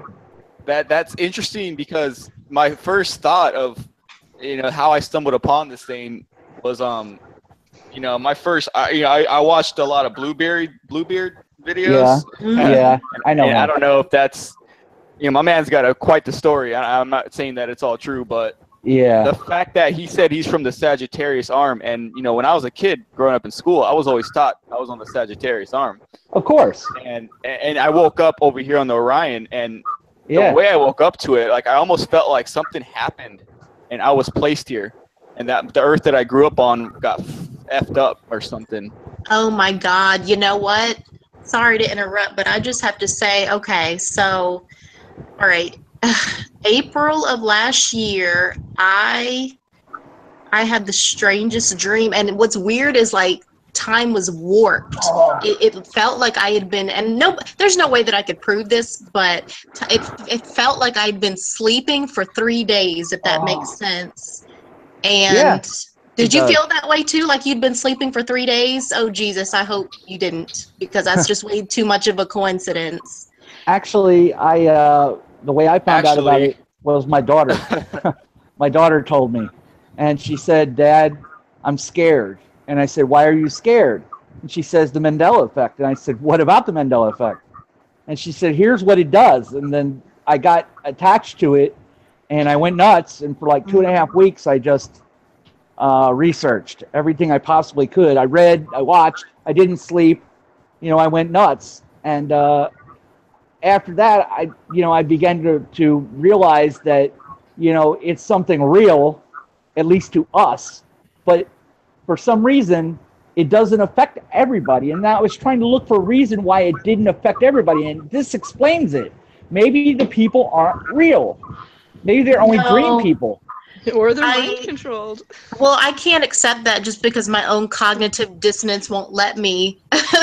But I was going to say, I didn't discover the ME when I was having that strange night where it felt like I was sleeping for 3 days. But I was going to say, when I woke up from that weird, and I don't even want to tell you about the dream that I had because I just will not get into it. But when I woke up that day, I kid you not, initially I could not remember what year it was, and I couldn't remember how old I was, and I was too embarrassed to tell anybody, so I just had to look it up, and then eventually my memory came back.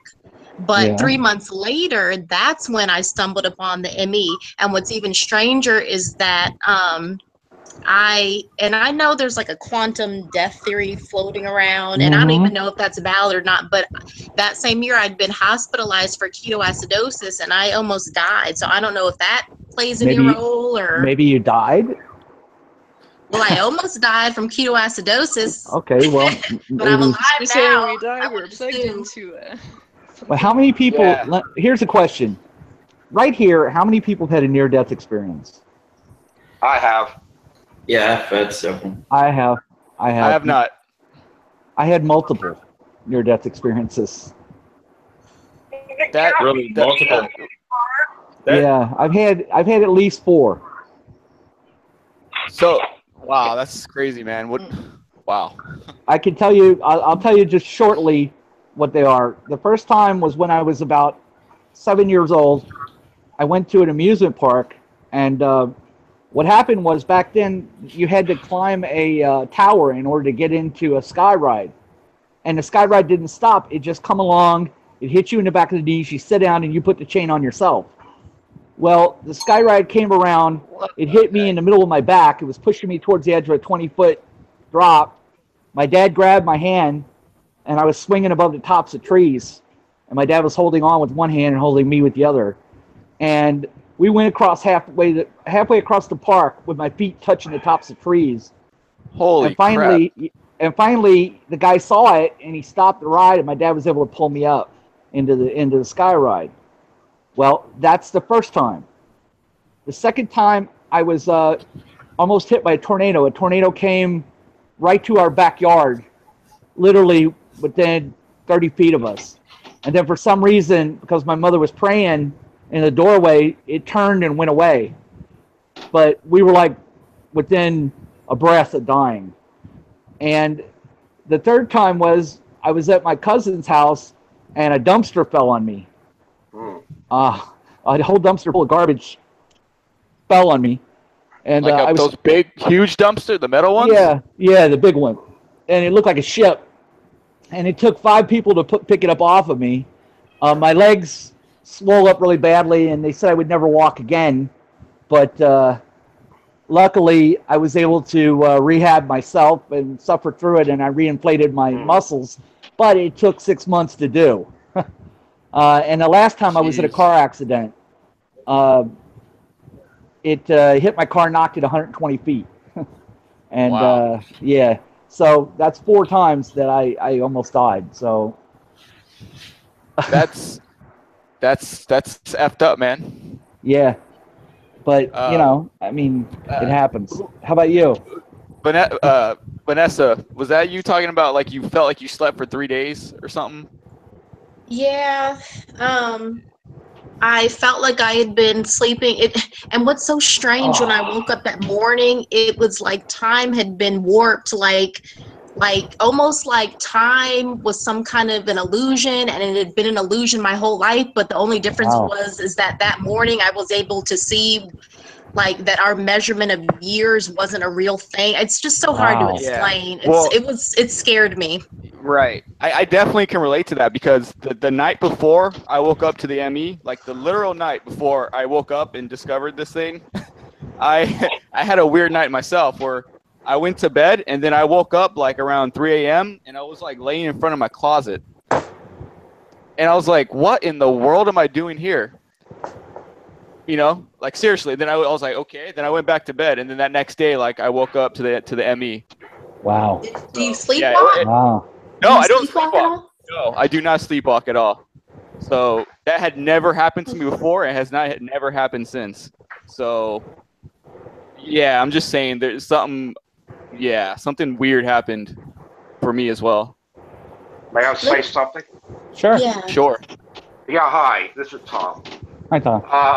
I have been diagnosed with a sleeping disorder. I have what they call sleep apnea. Yeah. And last week I went to a they call it sleep clinic, and they wired me all up and they made me lay on the bed, and I couldn't, and it was so uncomfortable. And they had this tube, not all the way up the nose, but it was like around my nose. So after all that evening, all I got was 3 hours sleep, and it was like, well, it's time to get up. And they removed all the wiring, and the other day I got the results from the lab, and they said I have a sleep apnea. Yeah. Because I've been sleeping a lot. I've have been sleeping a lot all the day. I don't know if you call it narcolepsy or what. But I think when you have narcolepsy, you're asleep all day and you can't sleep at night. I have not been diagnosed since, but I went the other day to the sleep lab, and they told me I have sleep apnea. Now I have to go back when I have to wait for my insurance company to certify the sleep thing. I have to go back to where I have to wear a mask over my face and breathe. And they say that this breathing machine will help get a good night's sleep. And what's happening is I've been like, it sounds like it, my wife tells it sounds like you're choking or something, or you stop breathing. It's a scary thing. Wow. And I don't recall having sleepwalking or anything like that, but I've had the sleep apnea. So I've been diagnosed with that. So there's treatment for it. Yeah. I don't know if it's. Another thing you mentioned was about it. I had a dream a couple weeks ago. I was back on Long Island. You know, I went to a village called Stony Brook. Are you familiar with that, Harold? Yeah, I know Stony Brook. Okay. This is the weird thing. When I approached the village of Stony Brook, I saw high skyscrapers. Old, with monuments on top of them. And I remember it was a frightening dream because I had all these steps I had to walk down. I walked down the steps, and next thing you know, I'm on top of a building, and I'm scared. And I woke up, and I couldn't climb down. It was the scariest thing I ever dreamt about. It's just like, I woke up from it because it was frightening. Yeah, I can imagine. So I share that with you. I just have a random question. I just want to throw it out there. Does the sky look different to anybody? Oh yeah. Yes, absolutely. Absolutely, it's lighter now. Yes. It's not dark blue anymore. Yes. And it's almost like painted on a canvas. Yeah. And like a dream light sky. Clouds look weird too for some reason. Have you noticed? They don't look right. It's rainbow clouds, pink skies, and purple. The sun looks weird. The sun's white. It's not yellow anymore. The first week that I That's right. saw the ME, I couldn't see the blue sky for about a couple weeks. For about 2 weeks, my entire sky was covered with gray clouds. I couldn't see the blue sky for 2 weeks. Literally. And Brian, do you remember the moon shifting? Yes. Rotation. It was rotating one way, and then it rotated the other way. Yeah. It rotated back. Did you guys see it? It's the man's face is now standing straight up and down. And here's one more thing that I want to say to you about all of this. In my memory, in my reality, we only had one manned landing on the moon. Yes. In this reality, there's 6. Yes. I was like, when the F did that happen? Yeah, right? They only had one. Let me ask my dad on this one. Hey, Dad, what do you remember? Do you remember moon landings? Well, yeah, I'm right here. Well, back then, back when I was in high school, or way before high school, there was this fascination with the space program. And I can remember they used to show the launches in the auditorium. And, well, here's the thing I want to bring up. There's a lot of motion pictures out there about the space program, about the astronauts, like the right stuff and stuff like that. You never saw, even in the movie Apollo 13, you never saw a man land on the moon. It was mostly Earth orbit. This was brought up the other night in a YouTube video that most of your space movies involving the manned space program, you never saw men walk on the moon. Yeah. Huh. And another thing too, I saw a movie the other night called, I saw a movie the other night, my wife and I saw a movie called Capricorn 1, you've heard of it? Yeah, I've seen it. Yeah. Capricorn, yes. Yeah. Yeah, where they faked the moon landing and they made it look like they were killed. Yeah. And Apollo 8, there was another movie called Apollo 8, which 18, there was or 18, yeah. Where they went to the moon, and apparently there was something on the moon. And apparently they said that they saw, for real, the real guys said that they saw something on the moon watching them while they were doing their moonwalks. I saw that. Yeah. That was creepy. I that, and the fact that you know, couple that with everything else that we see. I mean, the moon's going one way, then it stops and rotates the other way. How can it rotate the other way? Yeah, that's true. A planet doesn't rotate two ways. It's got one way, you know, and the man on the moon is gone. He's not there anymore. No. You know, there used to be a guy on the moon. You know, you could see his face. There's nothing. Yeah. Now, How about the animal? Yeah. You see a rabbit in the moon. Yeah, so, I mean, at this point, we have to say that this is either not our planet, okay, something seriously wrong with reality, or, you know, we're dreaming, or it's some sort of a simulation, in which case, if it's a simulation, then they can pretty much do whatever they want with the simulation. I mean, you can make it, you know, people appear out of nowhere, and I've seen that. Haven't you seen that, Brian? Yeah.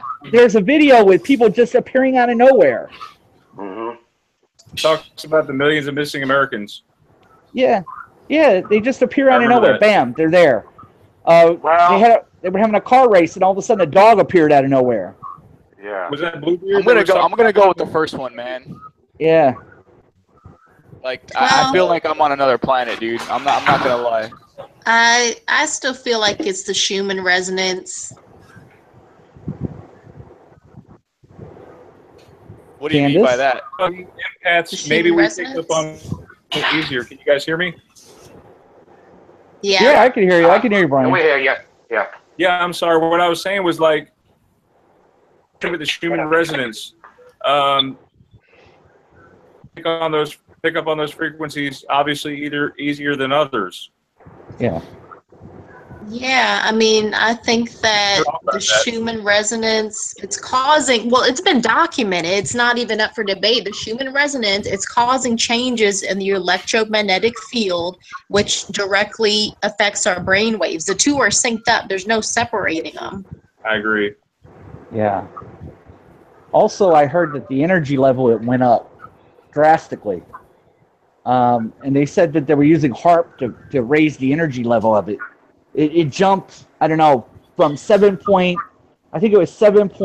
something to like 30 or 40 megahertz. Yeah, it was 7 point, in 1 week. 7.83. Yeah, it jumped all this in like 1 week, you know. So, you know, they could be affecting us with HARP, you know. But that still leaves the question that why us though and not everybody else?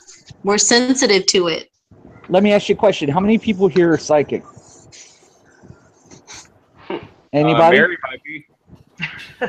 Yeah, Mary. I think you might be. I think she is. Well, the reason I ask is because psychic people sometimes are able to, especially like empaths, are able to pick up on things a little, you know, they're more sensitive. Huh? Teresa's an empath. She wanted to share her story, personal ME that she had. Yeah. Tell us about that Nautilus show. Oh God! Do you really need to tell the story? Yeah, go ahead. Oh Lordy! I don't know how they're gonna take it.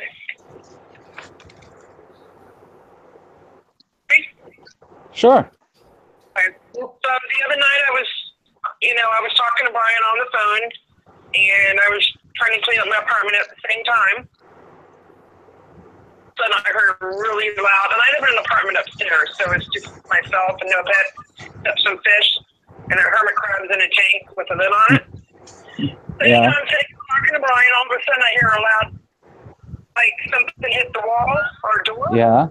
Yeah. And even Brian remembered me saying, remember I said to you, Brian, I said, what the heck was that? Wow. So I ended up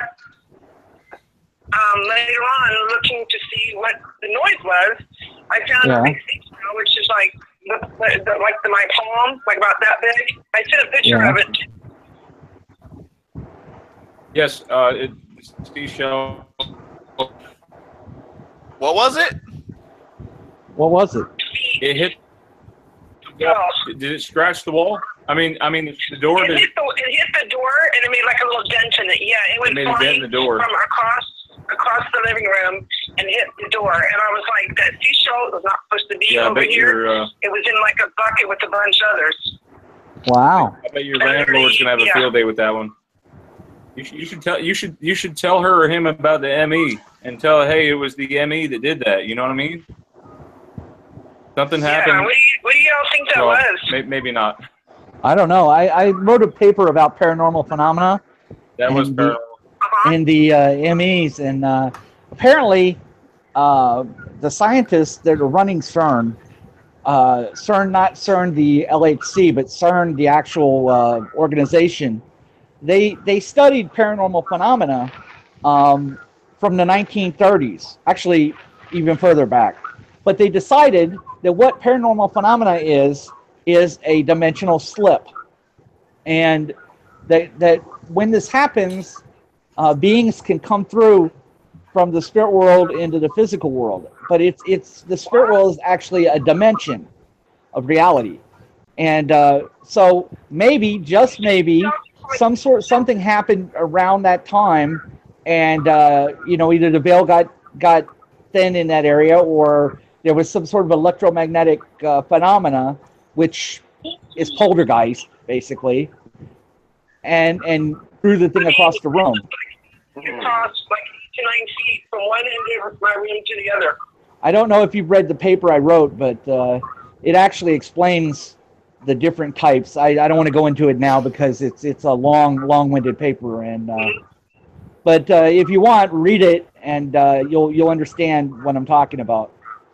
It could be poltergeist phenomena, and that's normal. And the other paranormal stuff I've been getting, Brian knows all about it. I've been having to change in front of me on the computer while I'm observing it. Literally, I've been finding residue, and it's literally changing to the old way while I'm visually looking at it. Wow. I'm watching it more. Wow. I don't do drugs. I don't smoke. I That's don't drink amazing. alcohol. We don't do any of that stuff. I've been visually watching things change in front of me on the computer. Wow. Yeah, I'm watching it change from the Chick-fil-A to the CHICK. Yeah, we had. I'm watching it change. Well, my little story goes like this. Crazy. I have a McDonald's up the street from me, okay? And every time we shift, I go to this McDonald's. And what happens is sometimes their dollar menu disappears. And sometimes it reappears. When it's not there, if you ask them about it, they act like you're crazy, and they say, look, we have cheeseburgers, we have hamburgers. That's our dollar menu. You want that? Fine. You don't? Fine. And then the next day I go back after a shift, and the dollar menu is back on the menu, on the thing. It just disappears. I mean, completely disappears. Like it never was. You know? And this has happened 3 different times already. My daughter laughs about it now. She goes, Dad, if we're going to go to McDonald's, let's check and see if they have the dollar menu today. You know? So she sees it too, though. She sees the show too? Yeah, she sees it. Yeah. Yeah. And you don't. And I've asked them about it. Like different buildings, yeah. I've actually asked the people, look, you know, where'd your dollar menu go? And they would say to me, what are you talking about? We have hamburgers, we have cheeseburgers. You telling me they asked you where the dollar menu went?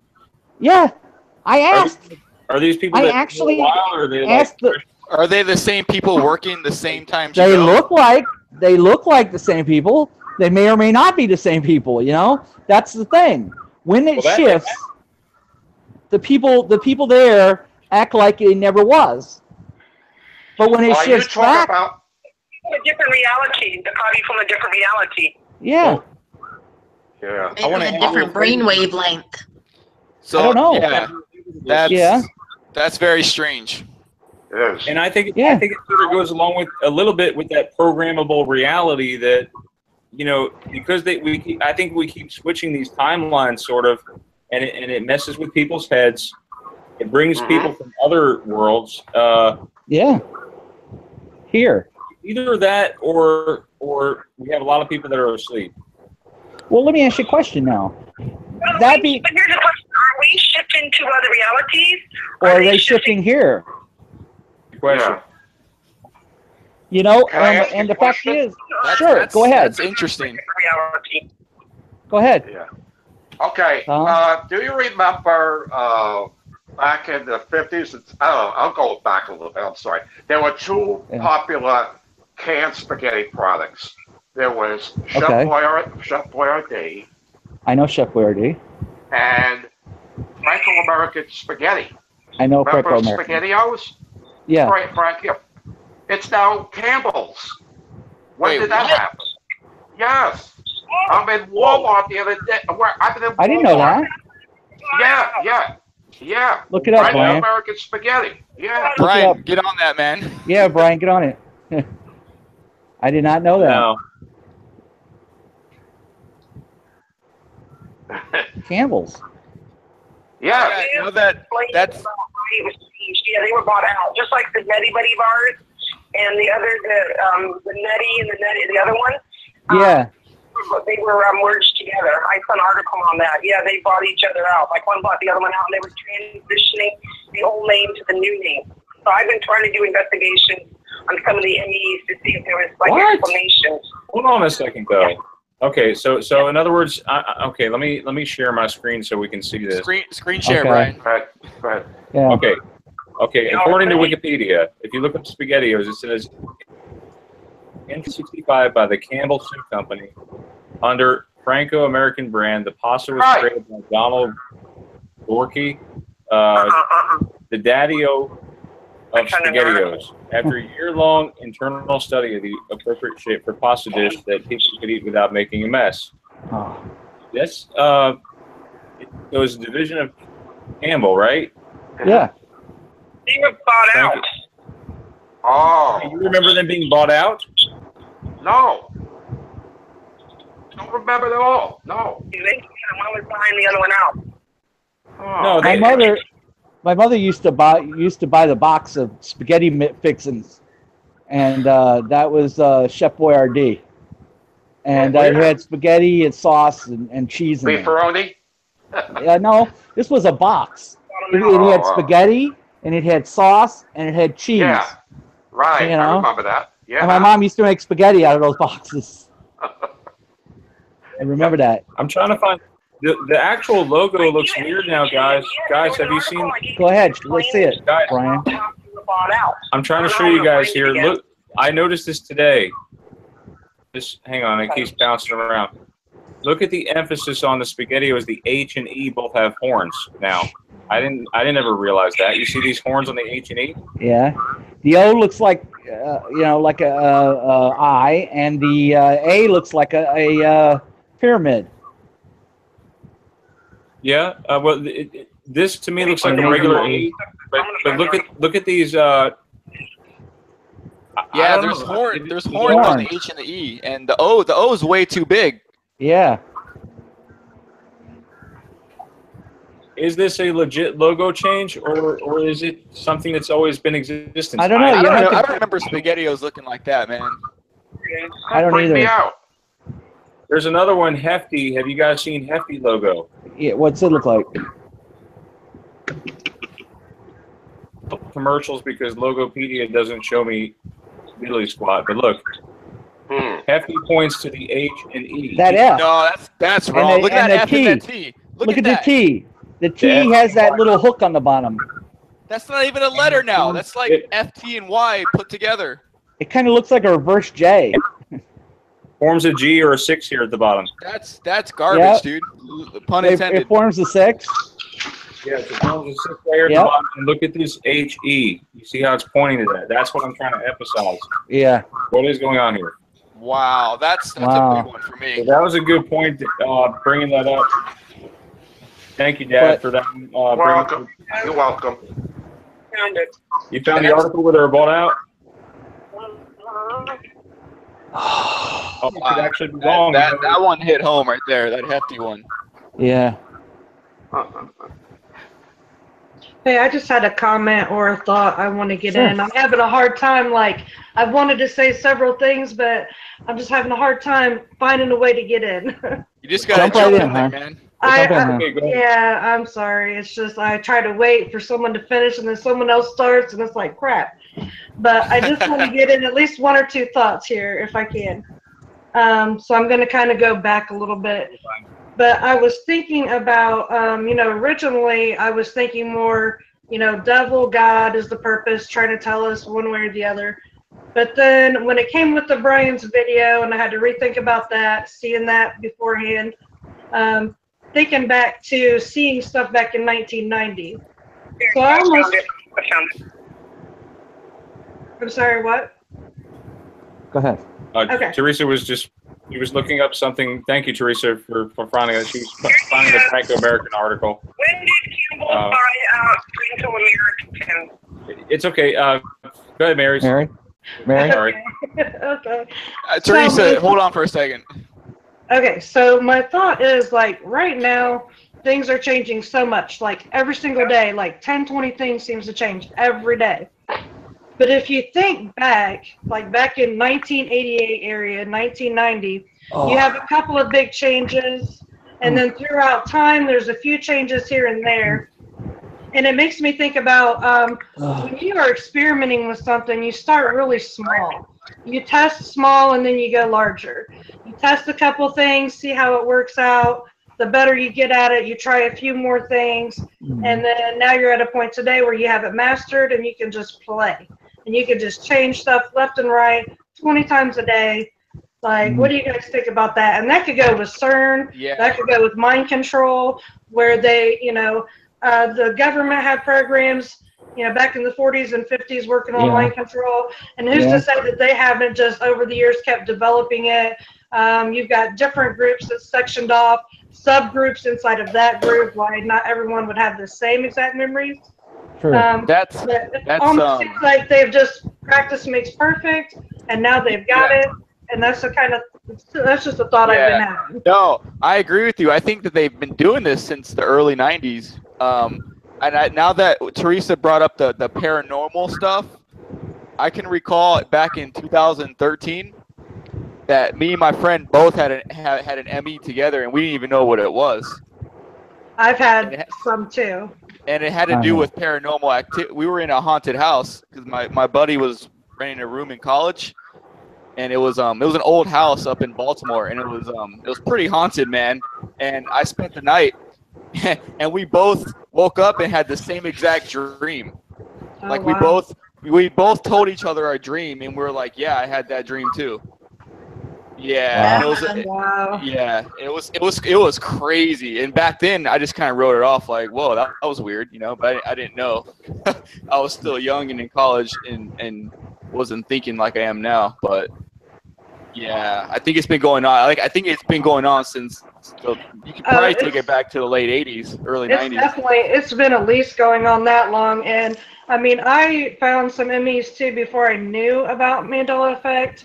And these go back years. Like, I noticed Febreze a couple years ago. I noticed Edie's ice cream like 5 or 6 years ago. And I noticed Jeff like 14 years ago. My son was like 5, and we were in the grocery store, and I was like, well, look at that, son. They shortened the name, So I've noticed things through the years, but it seemed like such few things. The further back you go, the fewer things there were. Yeah, and they were there. They weren't going to. Present day, the more there is. Like. Yeah, they were just kind of testing it out back then. I feel. Well, I think that with the Schumann resonance increasing, and sorry, I sound like a broken record, but the Schumann resonance it's been accelerating. So maybe that has something to do with it. The increase in the Schumann resonance has been accelerating. So maybe there wasn't as much activity back then. But didn't that just go from like, what was it always, 6 point something, and then it only jumped up in this last couple years, right?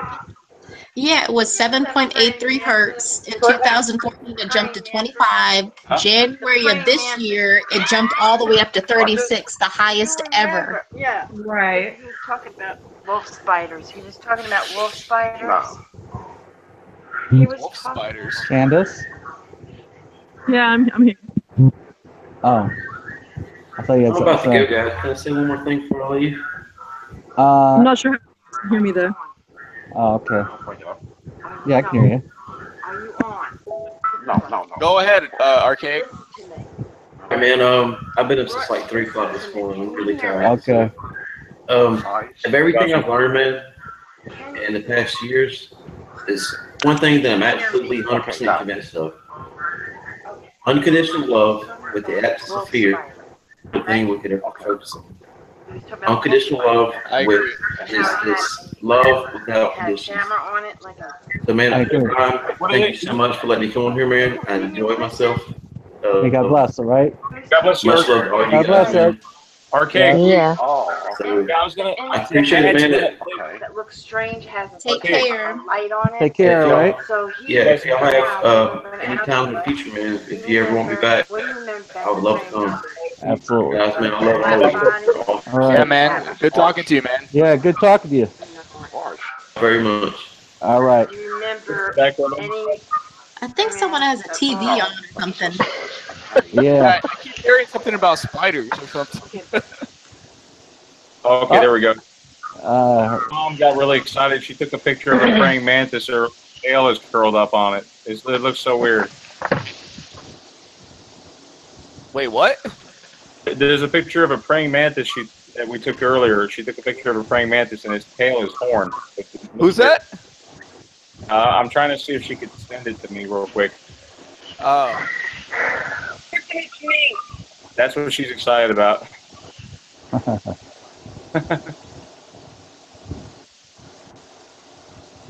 Okay, I think I stunned everybody there for a second. Yeah. Rena, welcome aboard, Rena. Hey, Rena. Hey, what's up? What's up? How are you guys doing? All right. Hey. Good. You? Yes, sir. Yeah, we're just here talking about our own personal MEs and Vanessa, and I wanted her to talk about the maybe you can up too because it's related to what you saw. The Coca-Cola knife in your bathroom and you don't know where it came from. And tell us about that. Tell us more about it. Yeah, this happened, what, was it 3 days ago now? Oh. But anyway, there's this Coca-Cola, it's a utensil knife, like a utility knife and a toenail or fingernail clipper. Yeah. And it says Coca-Cola on it. And Teresa was actually looking online and she found other ones. They're kind of, I don't know if it's like I don't know. It's just weird that it came out of nowhere, but there's no dash in the Coca-Cola. Oh, yeah. Wow. Kind of weird. I saw Coca-Cola with no dash. That was a flip-flop. Wow. I've seen it before too. That's really strange. Yeah, I've seen 3 versions of that. Yeah, there's multiple of that. The dash looks weird to me now. Wow. My flying seashell. Yes. And no one knows where that knife came from, right, Rena? No, I found it on the, we have this little shelf that you put a bunch of stuff on. It was just sitting up there. I'm like, where did this come from? So it wasn't my mom's or anyone that came over. Yeah, it's like a little pocket knife. It has little utility knife and like a little scraper type thing. Yeah. It just popped up in your bathroom? Yeah, I don't know. It's older. Like Teresa thinks it's either between the 50s and 60s when it's made. So it's pretty old. It's rusted. So some sort of time shift happened and it appeared in your bathroom. You know what? This is not the first time I've seen something like that happen in my house. So. Wow. Really? Yeah. Well, go ahead. Sorry. Sorry. Oh, sorry. No, I had a really weird experience with my dishwasher. I couldn't really figure that one out, but that sounds interesting. Yeah, it was. I kind of stood there. I'm like, no, this is not happening. I don't believe it. But the dishwasher was empty, so I was putting away some things in it, and I had like a few cups that I put up on top, and there was nothing up there. And I pulled out the bottom and put a plate down there, and then all of a sudden, this big, heavy spatula. Of course, it's the stuff I own, but it was like a lid, a fork, and a spatula just fell out of the top of that, even though they weren't up there. And I was like, where did this come from? Like, I was literally perplexed. I was like, this couldn't, like, I was trying to, like, rearrange it on the rack or to see how it would fall out, and there's no way the spatula would just like fall out. You know, and I don't put forks in the top rack. A lid I might, but I was like, this was empty. I don't know where this stuff just fell out of. So I was trying to make a video to see like if it was, you know, how the spinner and like it's attached underneath where the top rack is on older models. Yeah. I was thinking, well, could it be sitting up there? But even if you did put it up there, nothing's long enough to really sit there. It would have to be so strategically placed, and it was really strange. I couldn't explain it. It was like a wormhole opened up in my dishwasher. Yeah, that's weird. Wow. You know what comes to mind when you bring up that stuff, and like you told me you found this piece of paper or something that was crumpled up on the street, and it didn't have a verse from the Bible in it, the most important one. Oh, yeah, I went walking one night on the trail, and there was it was like a card, and it was partially burned, almost to the point where it says between shall and should.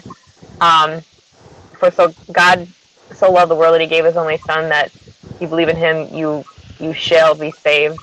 And so it's like people talk about it being the Mandela effect between the Bible changing of shall and should with the King James version.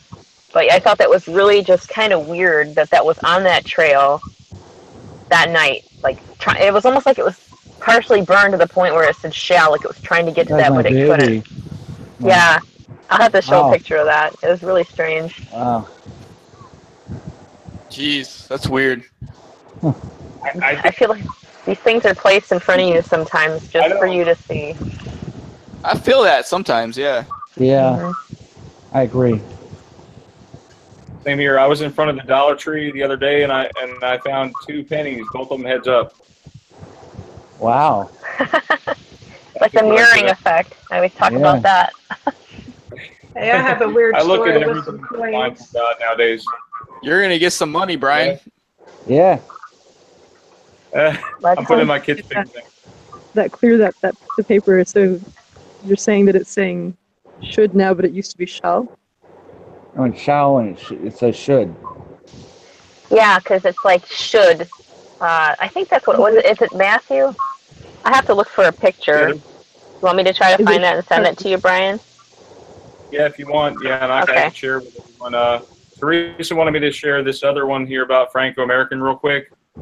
And I am sorry about that, guys. I didn't share it with you earlier, but it says SpaghettiOs, which is brands. Trenton, New Jersey, SpaghettiOs says here. The neat round spaghetti you can eat with a spoon. 1965. Franco-American line. Campbell Soup, which owns the Franco-American line and created the first spoonful spaghetti for kids in 1965. It says here the change is meant to boost sales of what had been Franco-American's canned SpaghettiOs. Okay, so the change happened, I guess, in 1965, but did it really? That is strange. But the question is, you know, again, you're looking things up, but what did we say about that? You can't really look things up. You know, if it's an ME, it's an ME. The computer, and it's like, well, how? Seriously. Yeah. Computer. Assuming AI is working on the computer, how could you do that? All of you are when I'm watching Residue change in front of me. I know they're doing it. It's happened like 5 times already, right? Right, Brian? Yeah. You ready to send him like play, and it changed right before I could even send it to him. Yeah, I know they're messing with this when I'm watching it change in front of me. I mean, literally morphed and changed. It freaked me out. Wow. So you're saying real world, not online. Is that right? What's that? What was that, Kansas? With something that you looked at in the real world, not online. Is that correct? Yes. I guess. What? In the real world? I thought this was the real world. The real world, yes. Maybe. I don't know. So you saw it with your eyes. Am I dreaming? On the screen. That's what I mean. The Matrix? That's what I'm wondering. If my computer's changing in front of me, then how is that 54 in November, and I've never gone through any paranormal experiences? Hey, Brian? Brian? Yeah, Harold. Ask her if she can run up the side of a wall, then we'll know if we're in the Matrix or not. Yeah, when we can defy gravity and bounce off the ground if we fall, that would be awesome. Yeah. Have her run up the side of a wall real quick, and then we'll know. The dark circles. Well, I you think. see how bad mine are getting. Yeah, I'm starting to. Maybe we've always had these limbo rings, but they haven't been as pronounced as they are now. You know what I mean? Mine's gotten dark. I've never saw mine. You talking about on the eyes? Yeah, the eye rings. Yeah, I saw that after you made your video, Brian. I looked at my eyes and I was like, WTF. My eyes change colors. Well, do you guys remember that dark ring being there? Absolutely not. No, not at all. That effed me all up, that video. Dude. Yeah, and I'm looking at my eyes and Your eyes are not that. Do they have a ring? I have dark brown eyes, but now they're more honey colored. Mine were blue, and they were light blue, and my wife keeps saying that they changed to the next color, not blue, but what is it called? It's like a gray. Turquoise? Yeah, like a blue gray. Yeah. She says they change. They go from blue to blue gray to back to blue. I told all my coworkers, look at my eyes. Do anything seem different to you? And they're like, what? What have you been smoking? Hey, can I say something real quick? Go ahead. Well, yeah, is it related to the eyes? Real quick? Yeah. Kind of related to it. Okay. I have a friend here where I live at. She's in person. One time I came in there, and this was about 3 weeks ago. She looked at me, and remember, she's a non-Mandela believer. She don't believe in any of it. I've already tried to convince her many times. I walked in there. She said to me, she goes, "You look different now." And I said, "What do you mean by that?" And she goes, "I don't know. You just look different to me." This is a non-Mandela person. I just wanted to let y'all know that. Oh. What was different that she saw? She said that my face looks different, and then my chin looks different. Really? And then I had hair change colors. I had hair on my arms that it was gray, and now it went to dark, and now it's back to gray again. And on my chest, same thing. I had hair on my chest. It went gray, black. It was like dark colored, and then back to gray. Too bad. Yeah, it went the wrong direction for you, man. Yeah, I know. Keep switching backwards. I was hoping my hair would come back. I'd hit one of those dimensions where the guy still had a full head of hair. Right. Yeah. That's the dimension you want to be in. Yeah. Right. Yeah, I'm looking for the weight loss dimension over here. Oh yeah, like that Can I lady. wake up 50 pounds lighter? Yeah. Well, wait. I wanted to bring up real quick about that. What was that, Bruce Almighty? Remember? Yeah. The lady lost a bunch of weight on the Krispy Kreme diet. I want to wake up to that. Just eat as much as you like, right? And lose weight. So hey, have any of you guys experienced any of the flip-flops? Well, yeah, McDonald's. Apollo 13. McDonald's flipping back and forth. Oh yeah, okay, yeah, I guess we did. I That's a meant flip-flop. as far as watching videos about changing once they change and then they change back, those videos just disappear. And they're not in your history, they're not searchable. When you try to research that item, you get brand new videos from brand new people, even though you've watched the video like 5 times that week. Yeah. I watched a video like in March of 2016 about the Apollo 13 line. Yeah. Like, Houston, we have a problem or whatever. Yeah. And then it switched back to what I remembered, and I couldn't find that video anymore. Yeah, they disappear. It's all just gone. Yeah, it was gone. It was literally gone. And I was like, okay, yeah. I've heard that a couple times with that Apollo movie. That movie specifically. I wonder why that movie is flip-flopping so much. I don't know. It's strange. But I know for a fact that it switched. Yeah, it did. It did. Yeah. And I did the Looney Tunes, did a switch on me from morning till night. Like one morning I got on and checked it, and I wrote it down on a list I was keeping because Coca-Cola flip-flopped on me the day before. And so I started making a list and checking it. I did Looney Tunes, went back later that night. I thought I'm going to go back over that list and take pictures of each item. And when I went back to the Looney Tunes, it had already changed back. So you saw it on with my a double paper, O? it did not change on my paper. Wow. So you saw it with 2 O's first, and then it went back to T-U-N-E-S? No. I saw it with the U for me it was the U. That's my original. And it was a Mandela for me because I saw it with the 2 O's. No shit. When was this? I watched a bunch of videos. Oh, I'll tell you something else interesting about that. I have the exact date actually for me anyway, because I documented that whole weekend. But the weird thing about the Looney Tunes is when it's Looney Tunes with the U, Merry Melodies also changes along with Looney Tunes. So when it's Tunes with the U, Merry Melodies is spelled M-E-R-R-I-E. And then when it's spelled with the 2 O's, Mary is spelled M-E-R-R-Y. I always remember with the Y. Yeah, me too. You remember it with the 2 O's then? Yeah. Yeah, okay, 2 O's and why. the Y. They go together. Anytime That's it's the weird. 2 O's, Hi, the Mary Candace. is I with can the sort of Y. hear you. Oh my god. I think you just stumbled upon something there. Wow. That's insane. Yeah.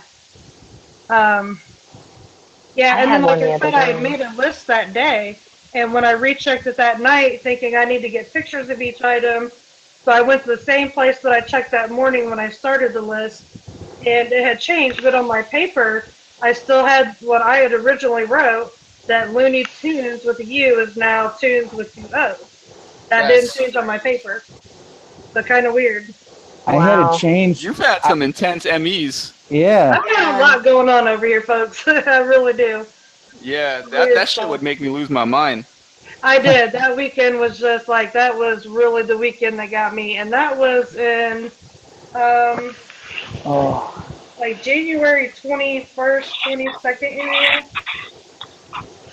I've got a question for anybody, just if they had this one happen. Has anyone seen Chuck E. Cheese's change within the last week? Yeah. You did? Yeah. Did it go back to Chuck E. Cheese for just like a brief time? I saw it go from the apostrophe S, then it was back to the regular. Yeah. And then I saw these videos where they're saying that it was back to the other way. So, yeah.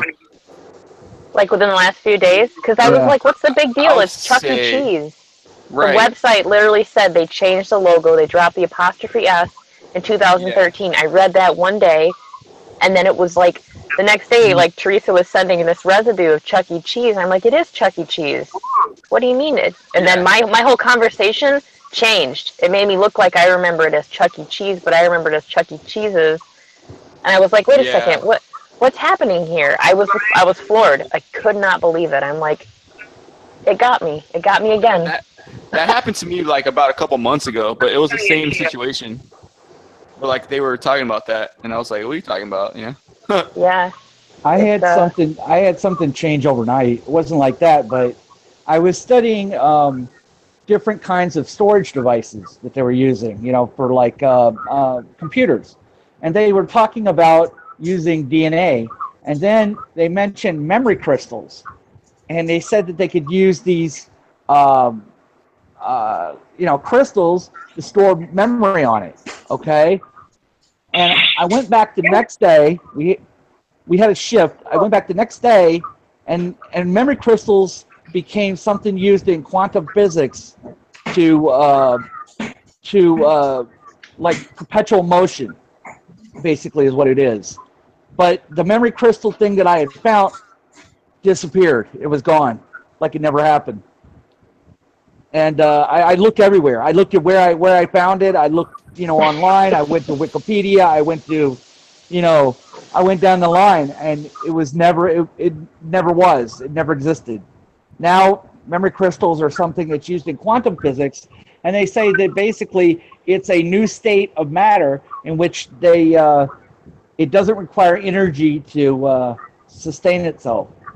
It sustains itself without energy, and they call it memory crystals. But that's not what it was. I watched a video about that too, man. Yeah. So that was strange. Hi, Candace, you're I can back. kind of relate to that in some kind of weird way. Yeah. What happened? Yeah. I know. What you're saying kind of rings a bell. I don't know why. Yeah. Yeah, because I was going to write a paper about it, and I went online and I was doing some research, and I came across it. Well, something I was thinking about. Yeah. When things flip flop. There's like two of me. I just have a question. Is you mentioned when things flip. You notice how people are saying it's not this way, it's the other way. Say, have you ever taken note of who these people are that are saying it's supposed to be the other way to see if it matches on both sides of that flip? Like if it's the same people experiencing that me? In other words, are you the new way? Are the people that are experiencing the new way saying that was the way it was always supposed to be? Like, is it the same people? That's what I mean, making these comments, but on the, the opposite. Like, do they, it's like myself when I see something flip-flop. No matter which side of the coin I'm on, I don't become dumbed down to it. I'm just wondering if these other people that you notice that are aware of it flipping, are they aware on both sides of that flip? Oh, okay. So they see the flip. Yeah, like you were talking about Looney Tunes and Looney Tune, and you take a note that there's people saying on both sides of it that it's not this way, it's the other way. So there are the me discussions happening, but have you ever it's on both sides? If it's the same people, and are they also flipping with you? For me, I noticed new videos from absolute new people that I've never seen before in my life. Even though I searched that. Do they become oblivious at all on either side of that flip? Any of them? Sorry, go on. I understand what you're saying. You're saying that, in other words, do they see both flips? Yeah, are they aware on both sides? Are they aware of it flipping and flipping back? For me, when I read the comments, it's usually on one video. Every video you have people remembering it one way and then other people saying, no, it's always been this way. And then when it flips, then you'll have people saying the opposite, like, hey, I remember it being this old way, and now you got other people saying, no, it's always been that way. So it might be worth noting who the people are that recognize that flip and seeing that when it flips back, if they also still recognize. Well, the videos are gone, so you can't go back and the video's not even there to watch, so the comments aren't there to see, so you can't really go back and find out. I always screenshot the comments, and they always exist on both sides of the flip. And that's why I have that evidence of things flipping as well, through the comments. I would love to have the Coke Zero flip back the way it was. Yeah, well, Coke Zero doesn't exist. It never existed. It never did?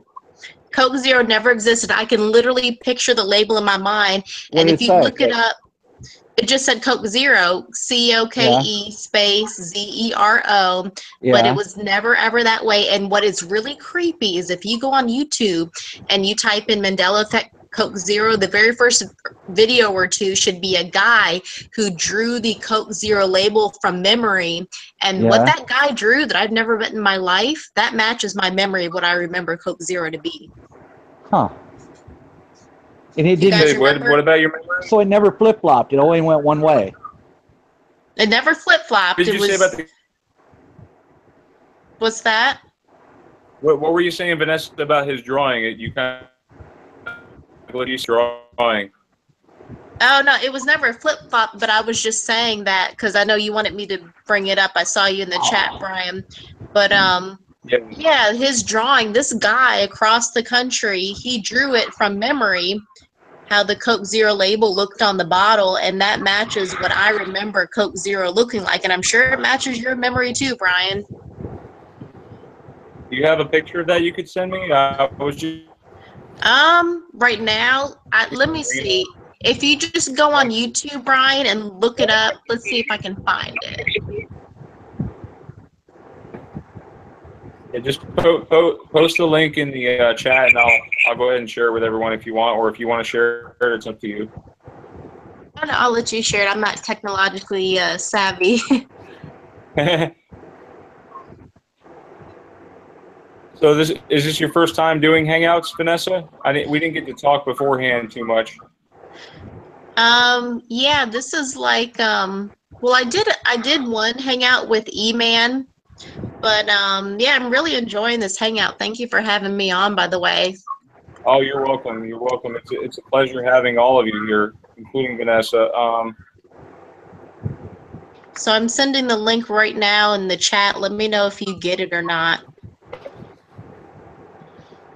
Candace? I want to share that with the audience. Do you always save the comments from the flipped item?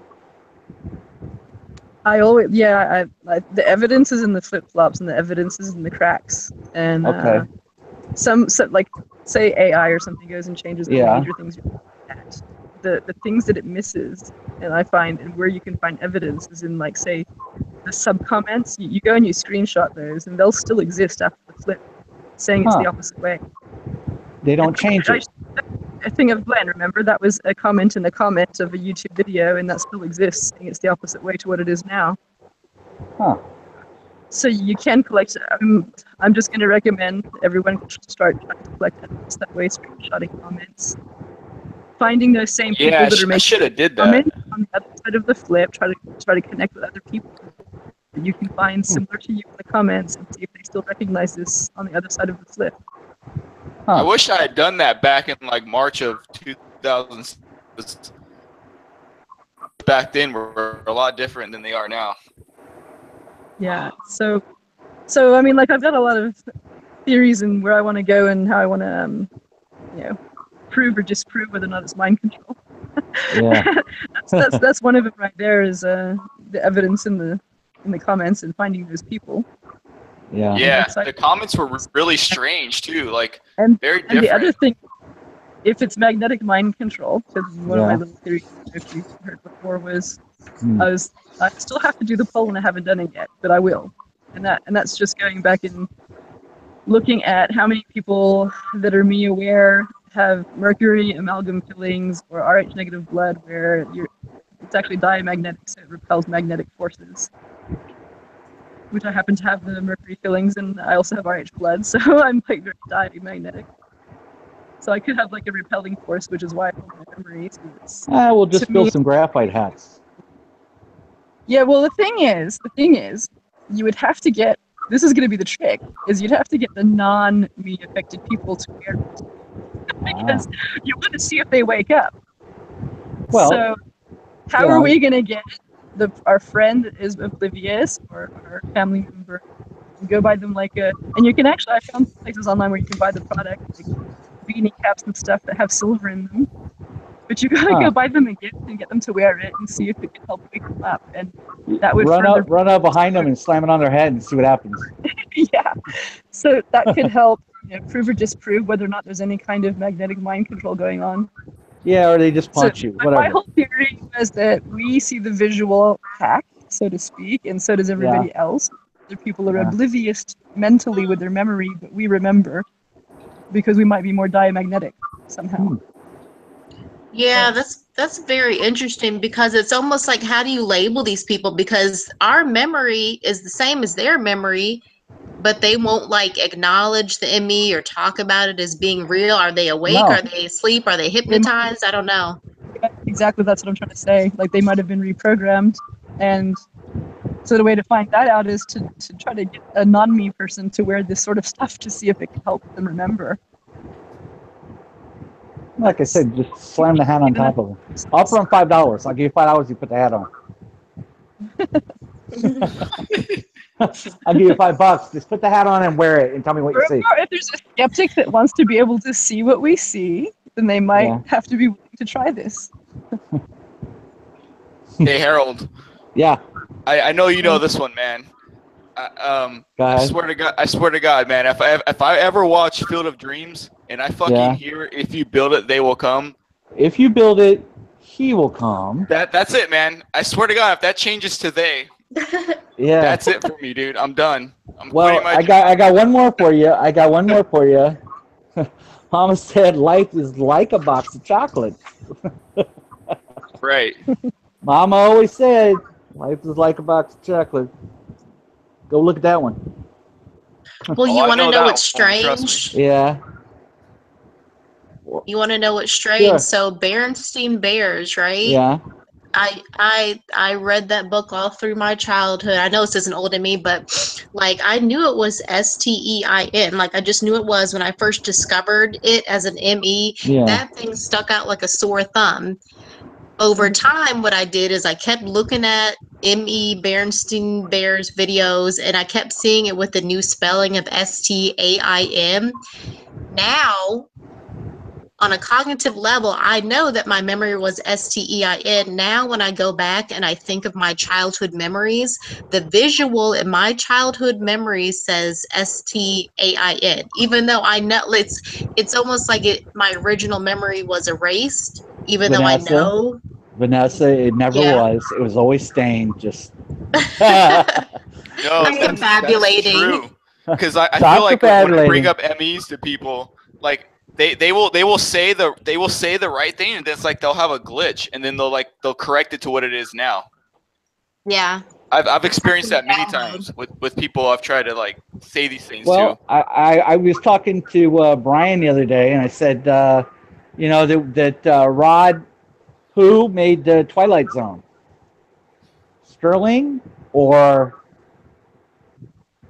you know who it is for real? Rod Sterling never existed. You know. Right. Rod Sterling, and he had a flipping unibrow. Okay, I'll be honest with you. He never existed, but he liked cigarettes. He liked cigarettes. That was true. I know that, but his name was Rod Serling. That's right. Yes, not Sterling. So hey guys, have you guys seen the video of the guy that has the Berenstain book that changes between When he walks through the door? Yes. Yeah. Wait, what? What video is that? No, I haven't seen it. Oh my I can play gosh, it he if you has want. It's- himself recording it, and it changes between his front room and this bedroom. Are you Yeah, he kidding walks me? through the door. No, he walks through the door and it changes. And there's a couple others he's done too since that day. That's how he discovered something was going on in his apartment. And he has another video where if he looks out of his bedroom window at the parking lot, there's no car in this set parking space. But if he goes in the front room, there's a white car parked there. And he'll go around the corner to his bedroom and look out the window and it's not there. Wow. And he has some, his name is Funky Fathead. And he has 5 videos. Got that? Funky Fathead. Funky Fathead, huh? He's got 5 videos. The last one he just did is he had some paranormal investigators inside of his apartment. And the way I take it, they're not really cluing him in with all the stuff they're finding, but he overheard them say something about a certain frequency. So when they left, he pulled up his laptop and pulled that frequency up, and he put a Bluetooth speaker on his bed, because it's only in that bedroom, and playing this song at this certain frequency, a black orb, like, literally appears above the speaker. Like, it's amazing. And Are you sure? You sure it's not photoshopped or something? You know, like edited? Hey, what I'm saying is, look for yourself. In my belief, no, I believe it. I totally believe it. I mean, I've watched it 1,000 times. Brian, and show it. Brian. Brian's got it. All right, bring him up, Brian. We got to see it. Let's see it. Yeah, I got to see this. Yeah, it's amazing, guys. Go ahead, Okay, Brian. the Play guy that stuff, homie. Play it. Is my screen showing up? For you Yeah, guys? we can see Yeah, it. yeah. Go ahead. Delayed. I'm sorry, but watch this.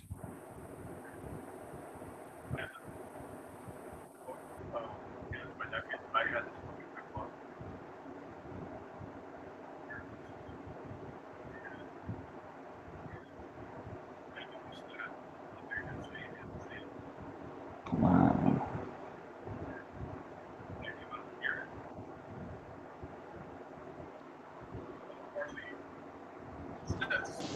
Does he do this stuff live, or is it always just like? Yeah. Well, he doesn't do it live, but it's a video recording. And I mean, he's got his. I mean, if you watch it where it's not lagging or anything like that, I mean, you'll have to watch it. Okay, for he's going in. yourself. He's going in now. I think everyone should urge him to do it live. Yeah, that's what I was to do it live. That way you can't play any tricks. That's interesting. It kind of reminds me of this whole Bermuda Triangle thing that may be happening with people right now. Did it change? I can't see it will change. Yeah, it changed. I can't see it. It's too blurry. You'll have to go watch it on your own, and you can see it. Oh, now I see it. I saw it. That's weird. Let me go back a little ways here. I'm sorry. That's weird. Out of the ahead. room. Right. Oh.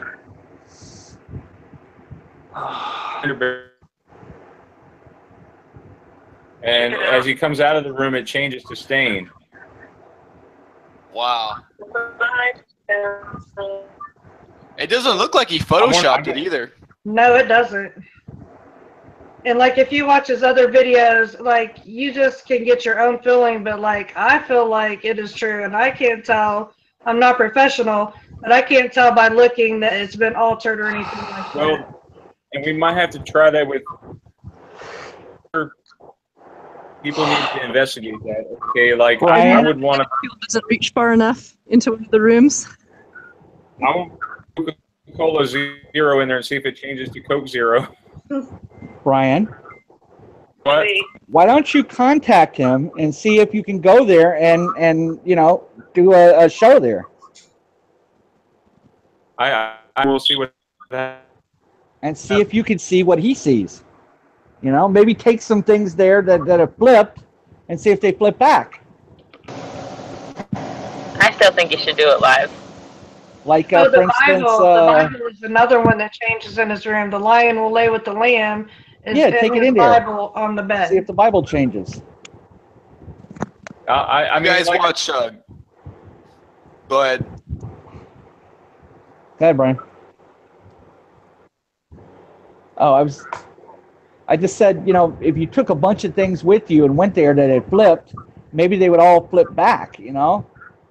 Yeah, that's what and you would see them change. Saying. And you could get it on video.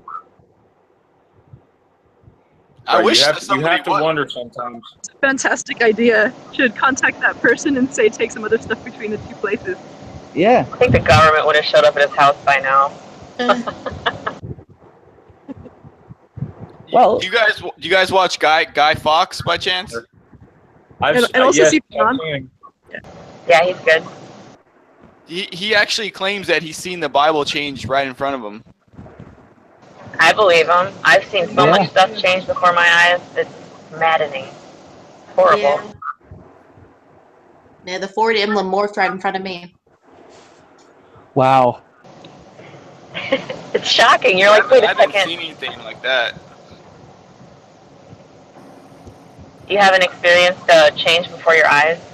No, not before my eyes, but for me, it kind of was unique because the first day I was affected, I got hit with like about 5 to 10, like big ones, like South America, Australia, Star Wars, Field of Dreams. Like I got hit with like 10 in one day.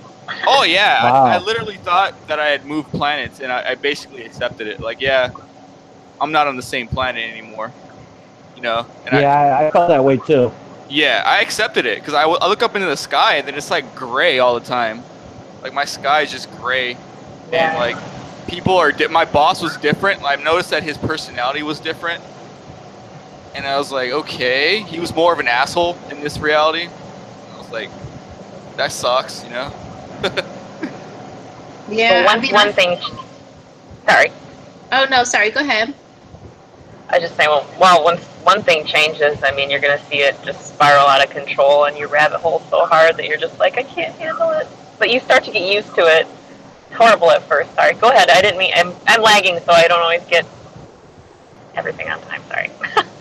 Oh no, you're fine. I was just gonna say, like, the people who are waking up or stumbling upon the ME today, I really feel bad for them, because back when I woke up, there was only but so many ME videos. Like, it was a process, but now it's like you find it and everyone's making videos, so it's like you're hit with all these things at once.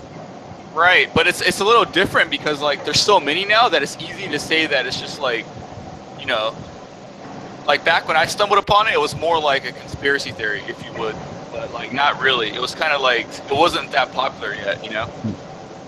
Yeah. So now it's kind of like there's so many, like PewDiePie did a video on it. So I mean, obviously it's fuck, you know, they're trying to make it seem like it's bullshit. Yeah, I know. And that's why they're coming out with this Mandela Effect movie next year. And let me ask you a question. Is it just me, or did we have a tranny revolution? That's another thing, man. It's like trannies everywhere. Everywhere you look, there's a tranny. Before I woke up to the ME, like on my planet, on the Sagittarius arm, this was not going on, dude. No, it wasn't. It wasn't. You know? No way. This and was it was like a lot really less violence far. too. There was a lot less violence. You know? Less violence, and like a lot of things were different on that planet, dude. Oh yeah. Sure. That's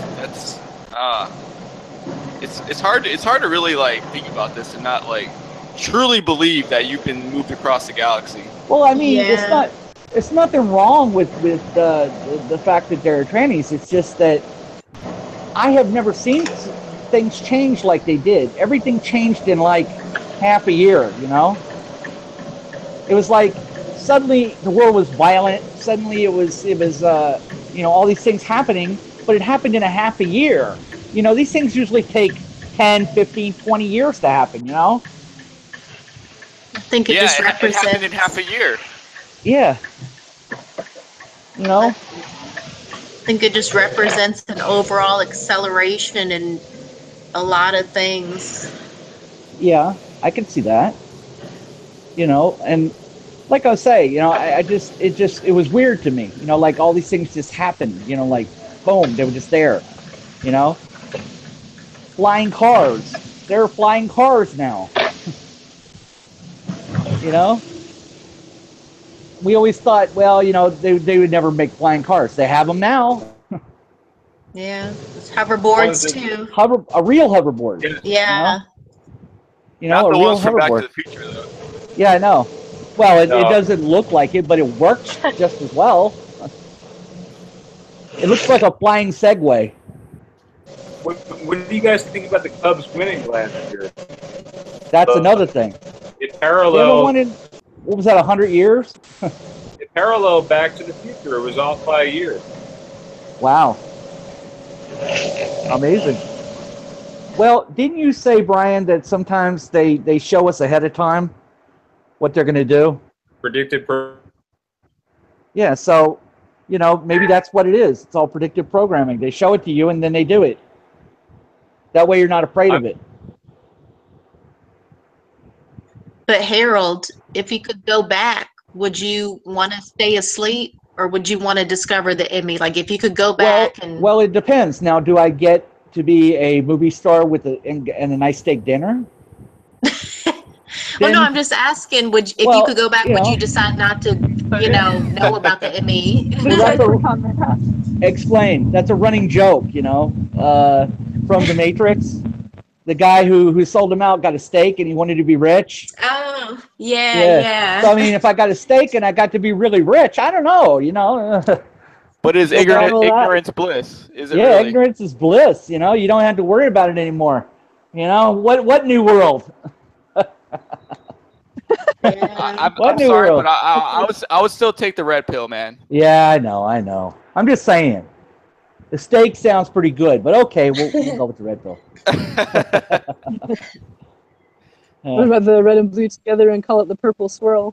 Yeah, right? The purple swirl. Well, what does that mean? You're stuck in between parallel universes? Yeah, like you get the $1 million. You get the $1 million, but you know, stuck between dissonance and realization. Yeah, sort of stuck somewhere in the middle. And here's the thing about that: if you were in a simulation, how would you ever know when you're out? You know, it's like the Matrix. Just like the dream. Like, well, it's like the Matrix.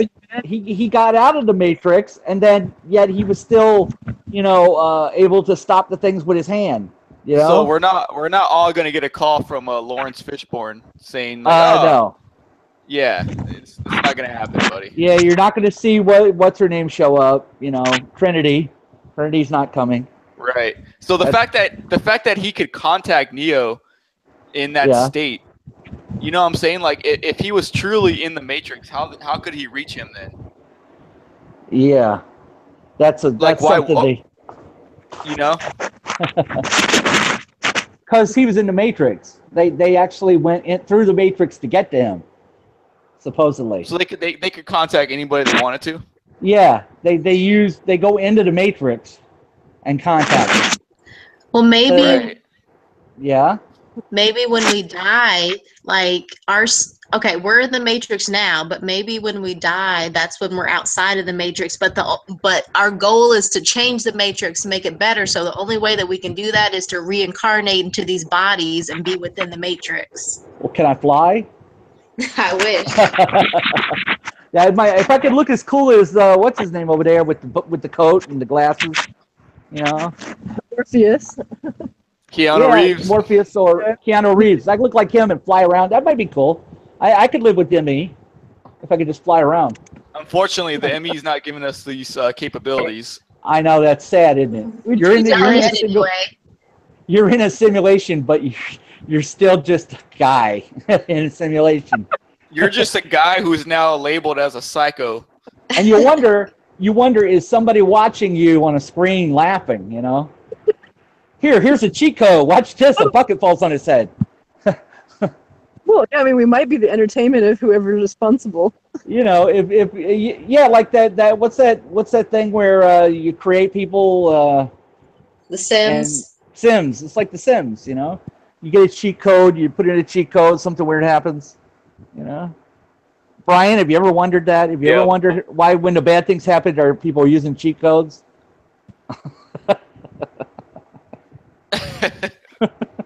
I remember the Konami code: up, down, left, right, BA, select, start. Yes. Yes. I know that one. I had a whole book of PlayStation cheat codes. Was that on the Sega Evil. too? That was Resident Evil. It's been a minute. Uh-oh.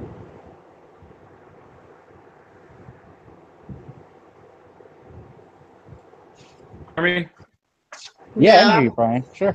What's up, Brian? Yeah. Go ahead. Why would happen? You thought you fell off?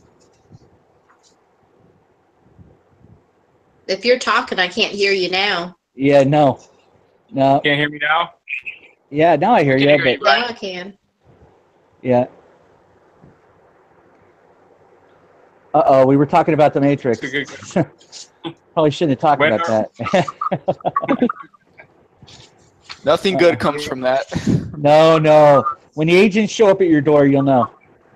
Oh, no. Don't say that.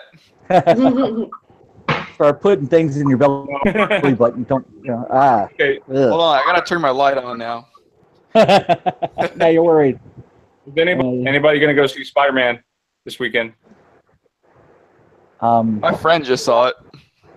Nah, I ain't gonna do it. I should. Really? I should, but I don't have a movie theater anywhere around me. I'm in the sticks. I'm going to be looking out, and you guys certainly should. He froze. Secret messages. If you catch on, let me know. By all means. But we're going to... I've opened up the calling. Yeah. If anyone wants to call in, they can. I've left the phone number. Let's get some live calls. That's a good question, Damien. Spider-Man or Spider-Man? Spider-Man. I don't. Oh shoot. Which one is it, guys? It was Spider-Man. I don't know when I was a kid because I used to watch it on cartoons. I don't think I remember a Dash. I didn't remember Dash. I don't remember Dash either. Yeah, it was more like Superman, I'm talking 1970, 72, 73. Wow, I didn't know it was that old. Yeah, yeah. They had the original Spider-Man cartoons. It was from the '60s, late '60s, like '69. Yeah. Like in black and white. No, it's just he was kind of Peter Parkerish from the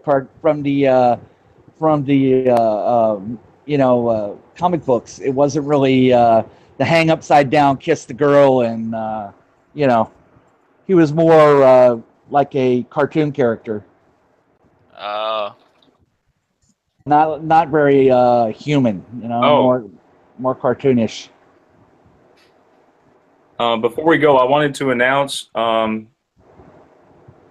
Remember me being on the radio show, right? Yes. I was on in Alabama. Well, the gentleman was nice enough to invite me back on the show. Yeah.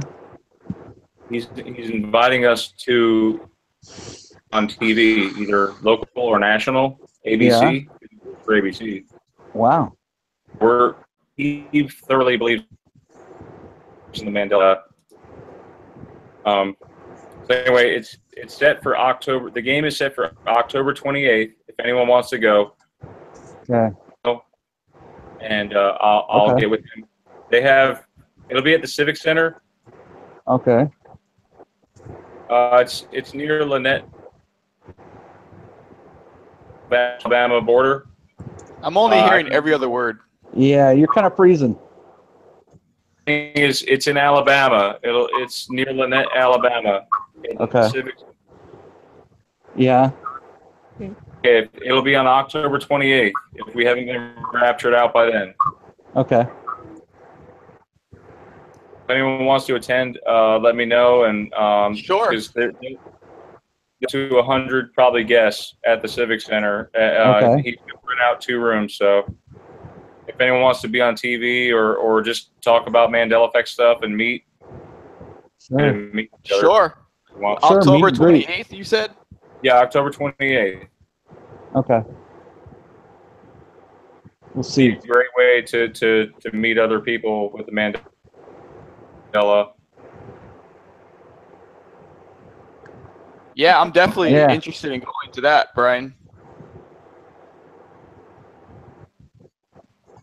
That would be awesome. Okay. Go ahead, Tom. Yeah, man. Go ahead. Yeah, I can hear you.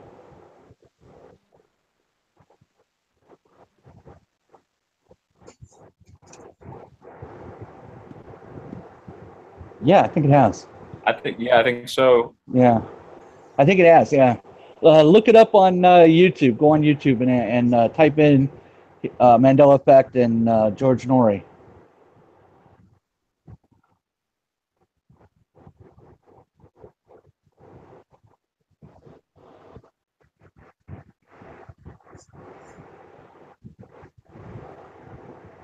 Yeah, actually, it would be a good idea.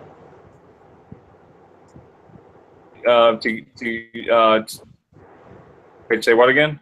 Can you repeat that? If you could go on George Norrie's show and have him interview you, or let him interview you by phone. I'm gonna try. I'm gonna reach out to him. Yeah, Coast to Coast Live. Yeah, he covers everything. The show comes on at like 4. It's really. Yeah. Well, I don't know when he records it. He might record it.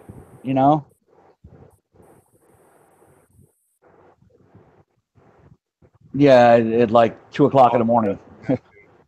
They just play it. I've been doing my best, honestly, to try and document everything since October. Yeah.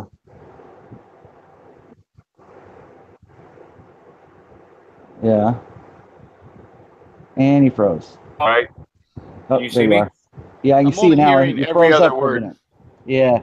You guys see that video I did on Applebee's? Okay. You've done like 2 or 3 on Applebee's, right? Yeah, that was one of the ones I saw personally. I went down there and looked at. Did you guys see it when the letters connected, the A and the P? Yep, and I saw it when it disconnected. Connected too. Yeah. Which was really strange to me. Yep. I also saw Chick-fil-A go to Chick with the K. and they dropped the A in the middle. Well, if anyone find this thing down a bit, it's getting kind of late here. I don't know what time it is where you guys are at. We can kind of wind it down here with a little prayer. Sure. If you want. I was going to do the Serenity prayer, which is a very very common one, but my opinion. Can you guys hear me? Yeah, I can hear you. Yep. Okay. Go ahead. Serenity prayer. Go ahead.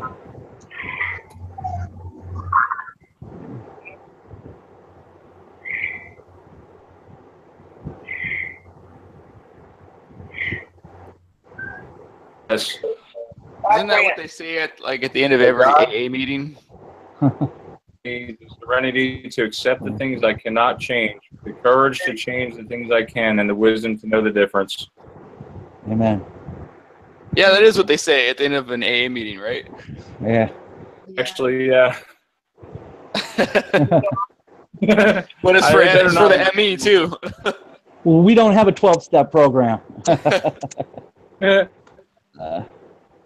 Well, let's hope.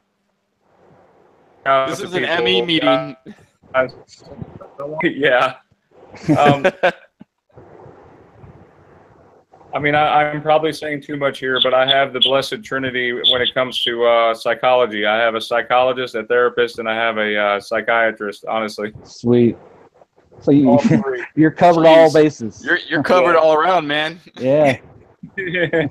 If you go crazy, then there's no excuse. Yeah.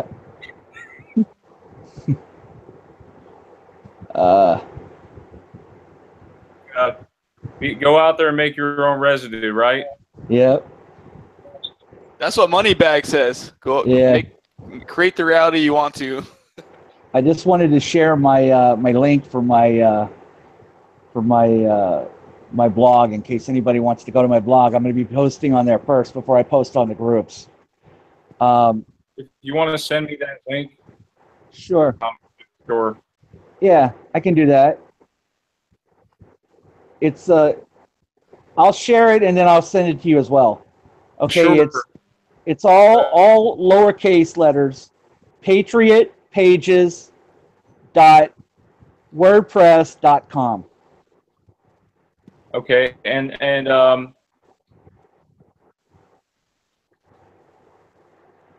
yeah, PA Gen X. Yeah. Oh, Harold, I'm sorry. Were you still saying something? No. I didn't know what you were going to say. Go ahead, please.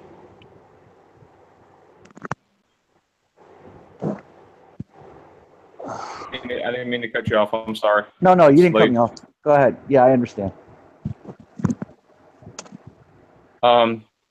Gen X, do you want to tell everyone how to get to your channel? Yeah. Yeah, just search for Gen XJ on YouTube and you'll find my channel. It's mostly like video games and stuff, but I do have one Mandela Effect video. So it's about a Bush song from the 90s that changed on me. So glycerine. Yeah, glycerine changed for me. Oh, what did it? What was the change? He says in the song. He says, for me, it was always everything's gone white and everything's gray.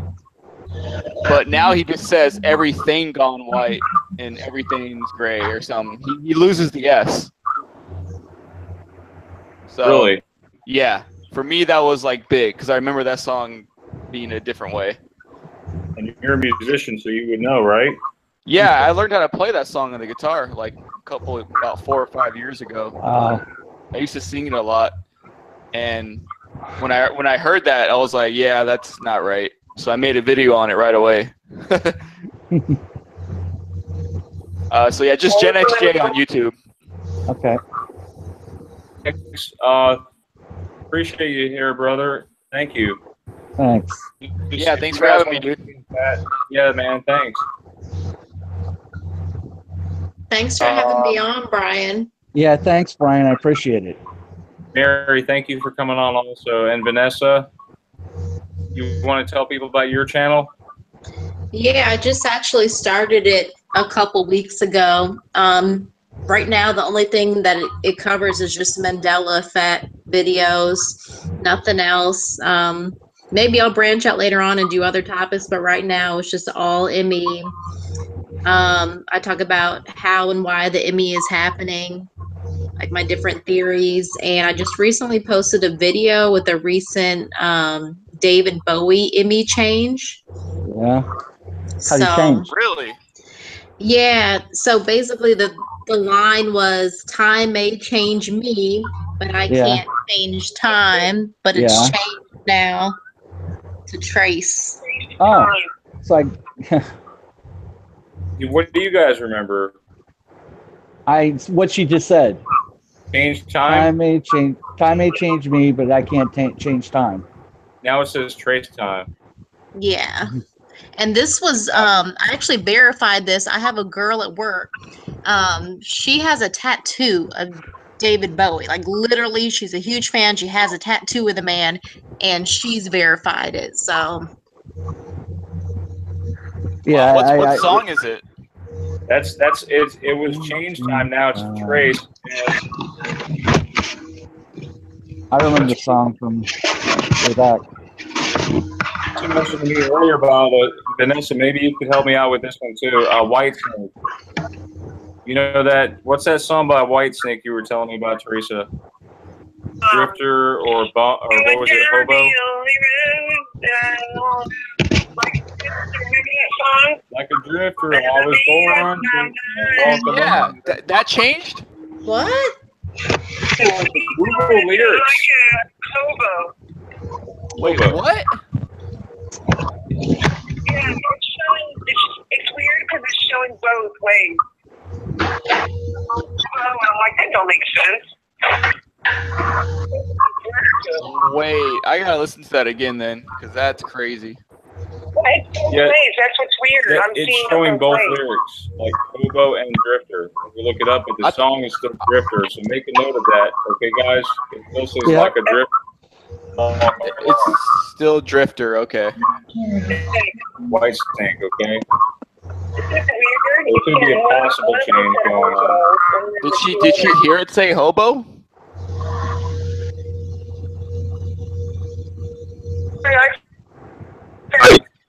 Yeah, can you mind resending that real quick? Earlier, and it's like way back in the chat. Please, if you don't mind. It was this morning. Yeah. Let me see if I can find it. Hold on. Okay. Yeah, Gen X, I'm gonna talk to you if I have any more lyric questions, okay? Yeah, sure thing, man. And you got my email, right? So you can. I'm gonna send. I'm gonna put the link in the comments to your Okay. videos. Yeah. Yeah. I'm sorry, I forgot to say the name of my channel. Yeah. After all that, it's Mary, what's yours? It's Vanessa VA, and it's in Vanessa. There's 2 N's, 2 S's, space, and then VA. V is in Victor, A is in Apple. Cool. Awesome. I can send it to you again. Awesome. Hey, thanks, Vanessa.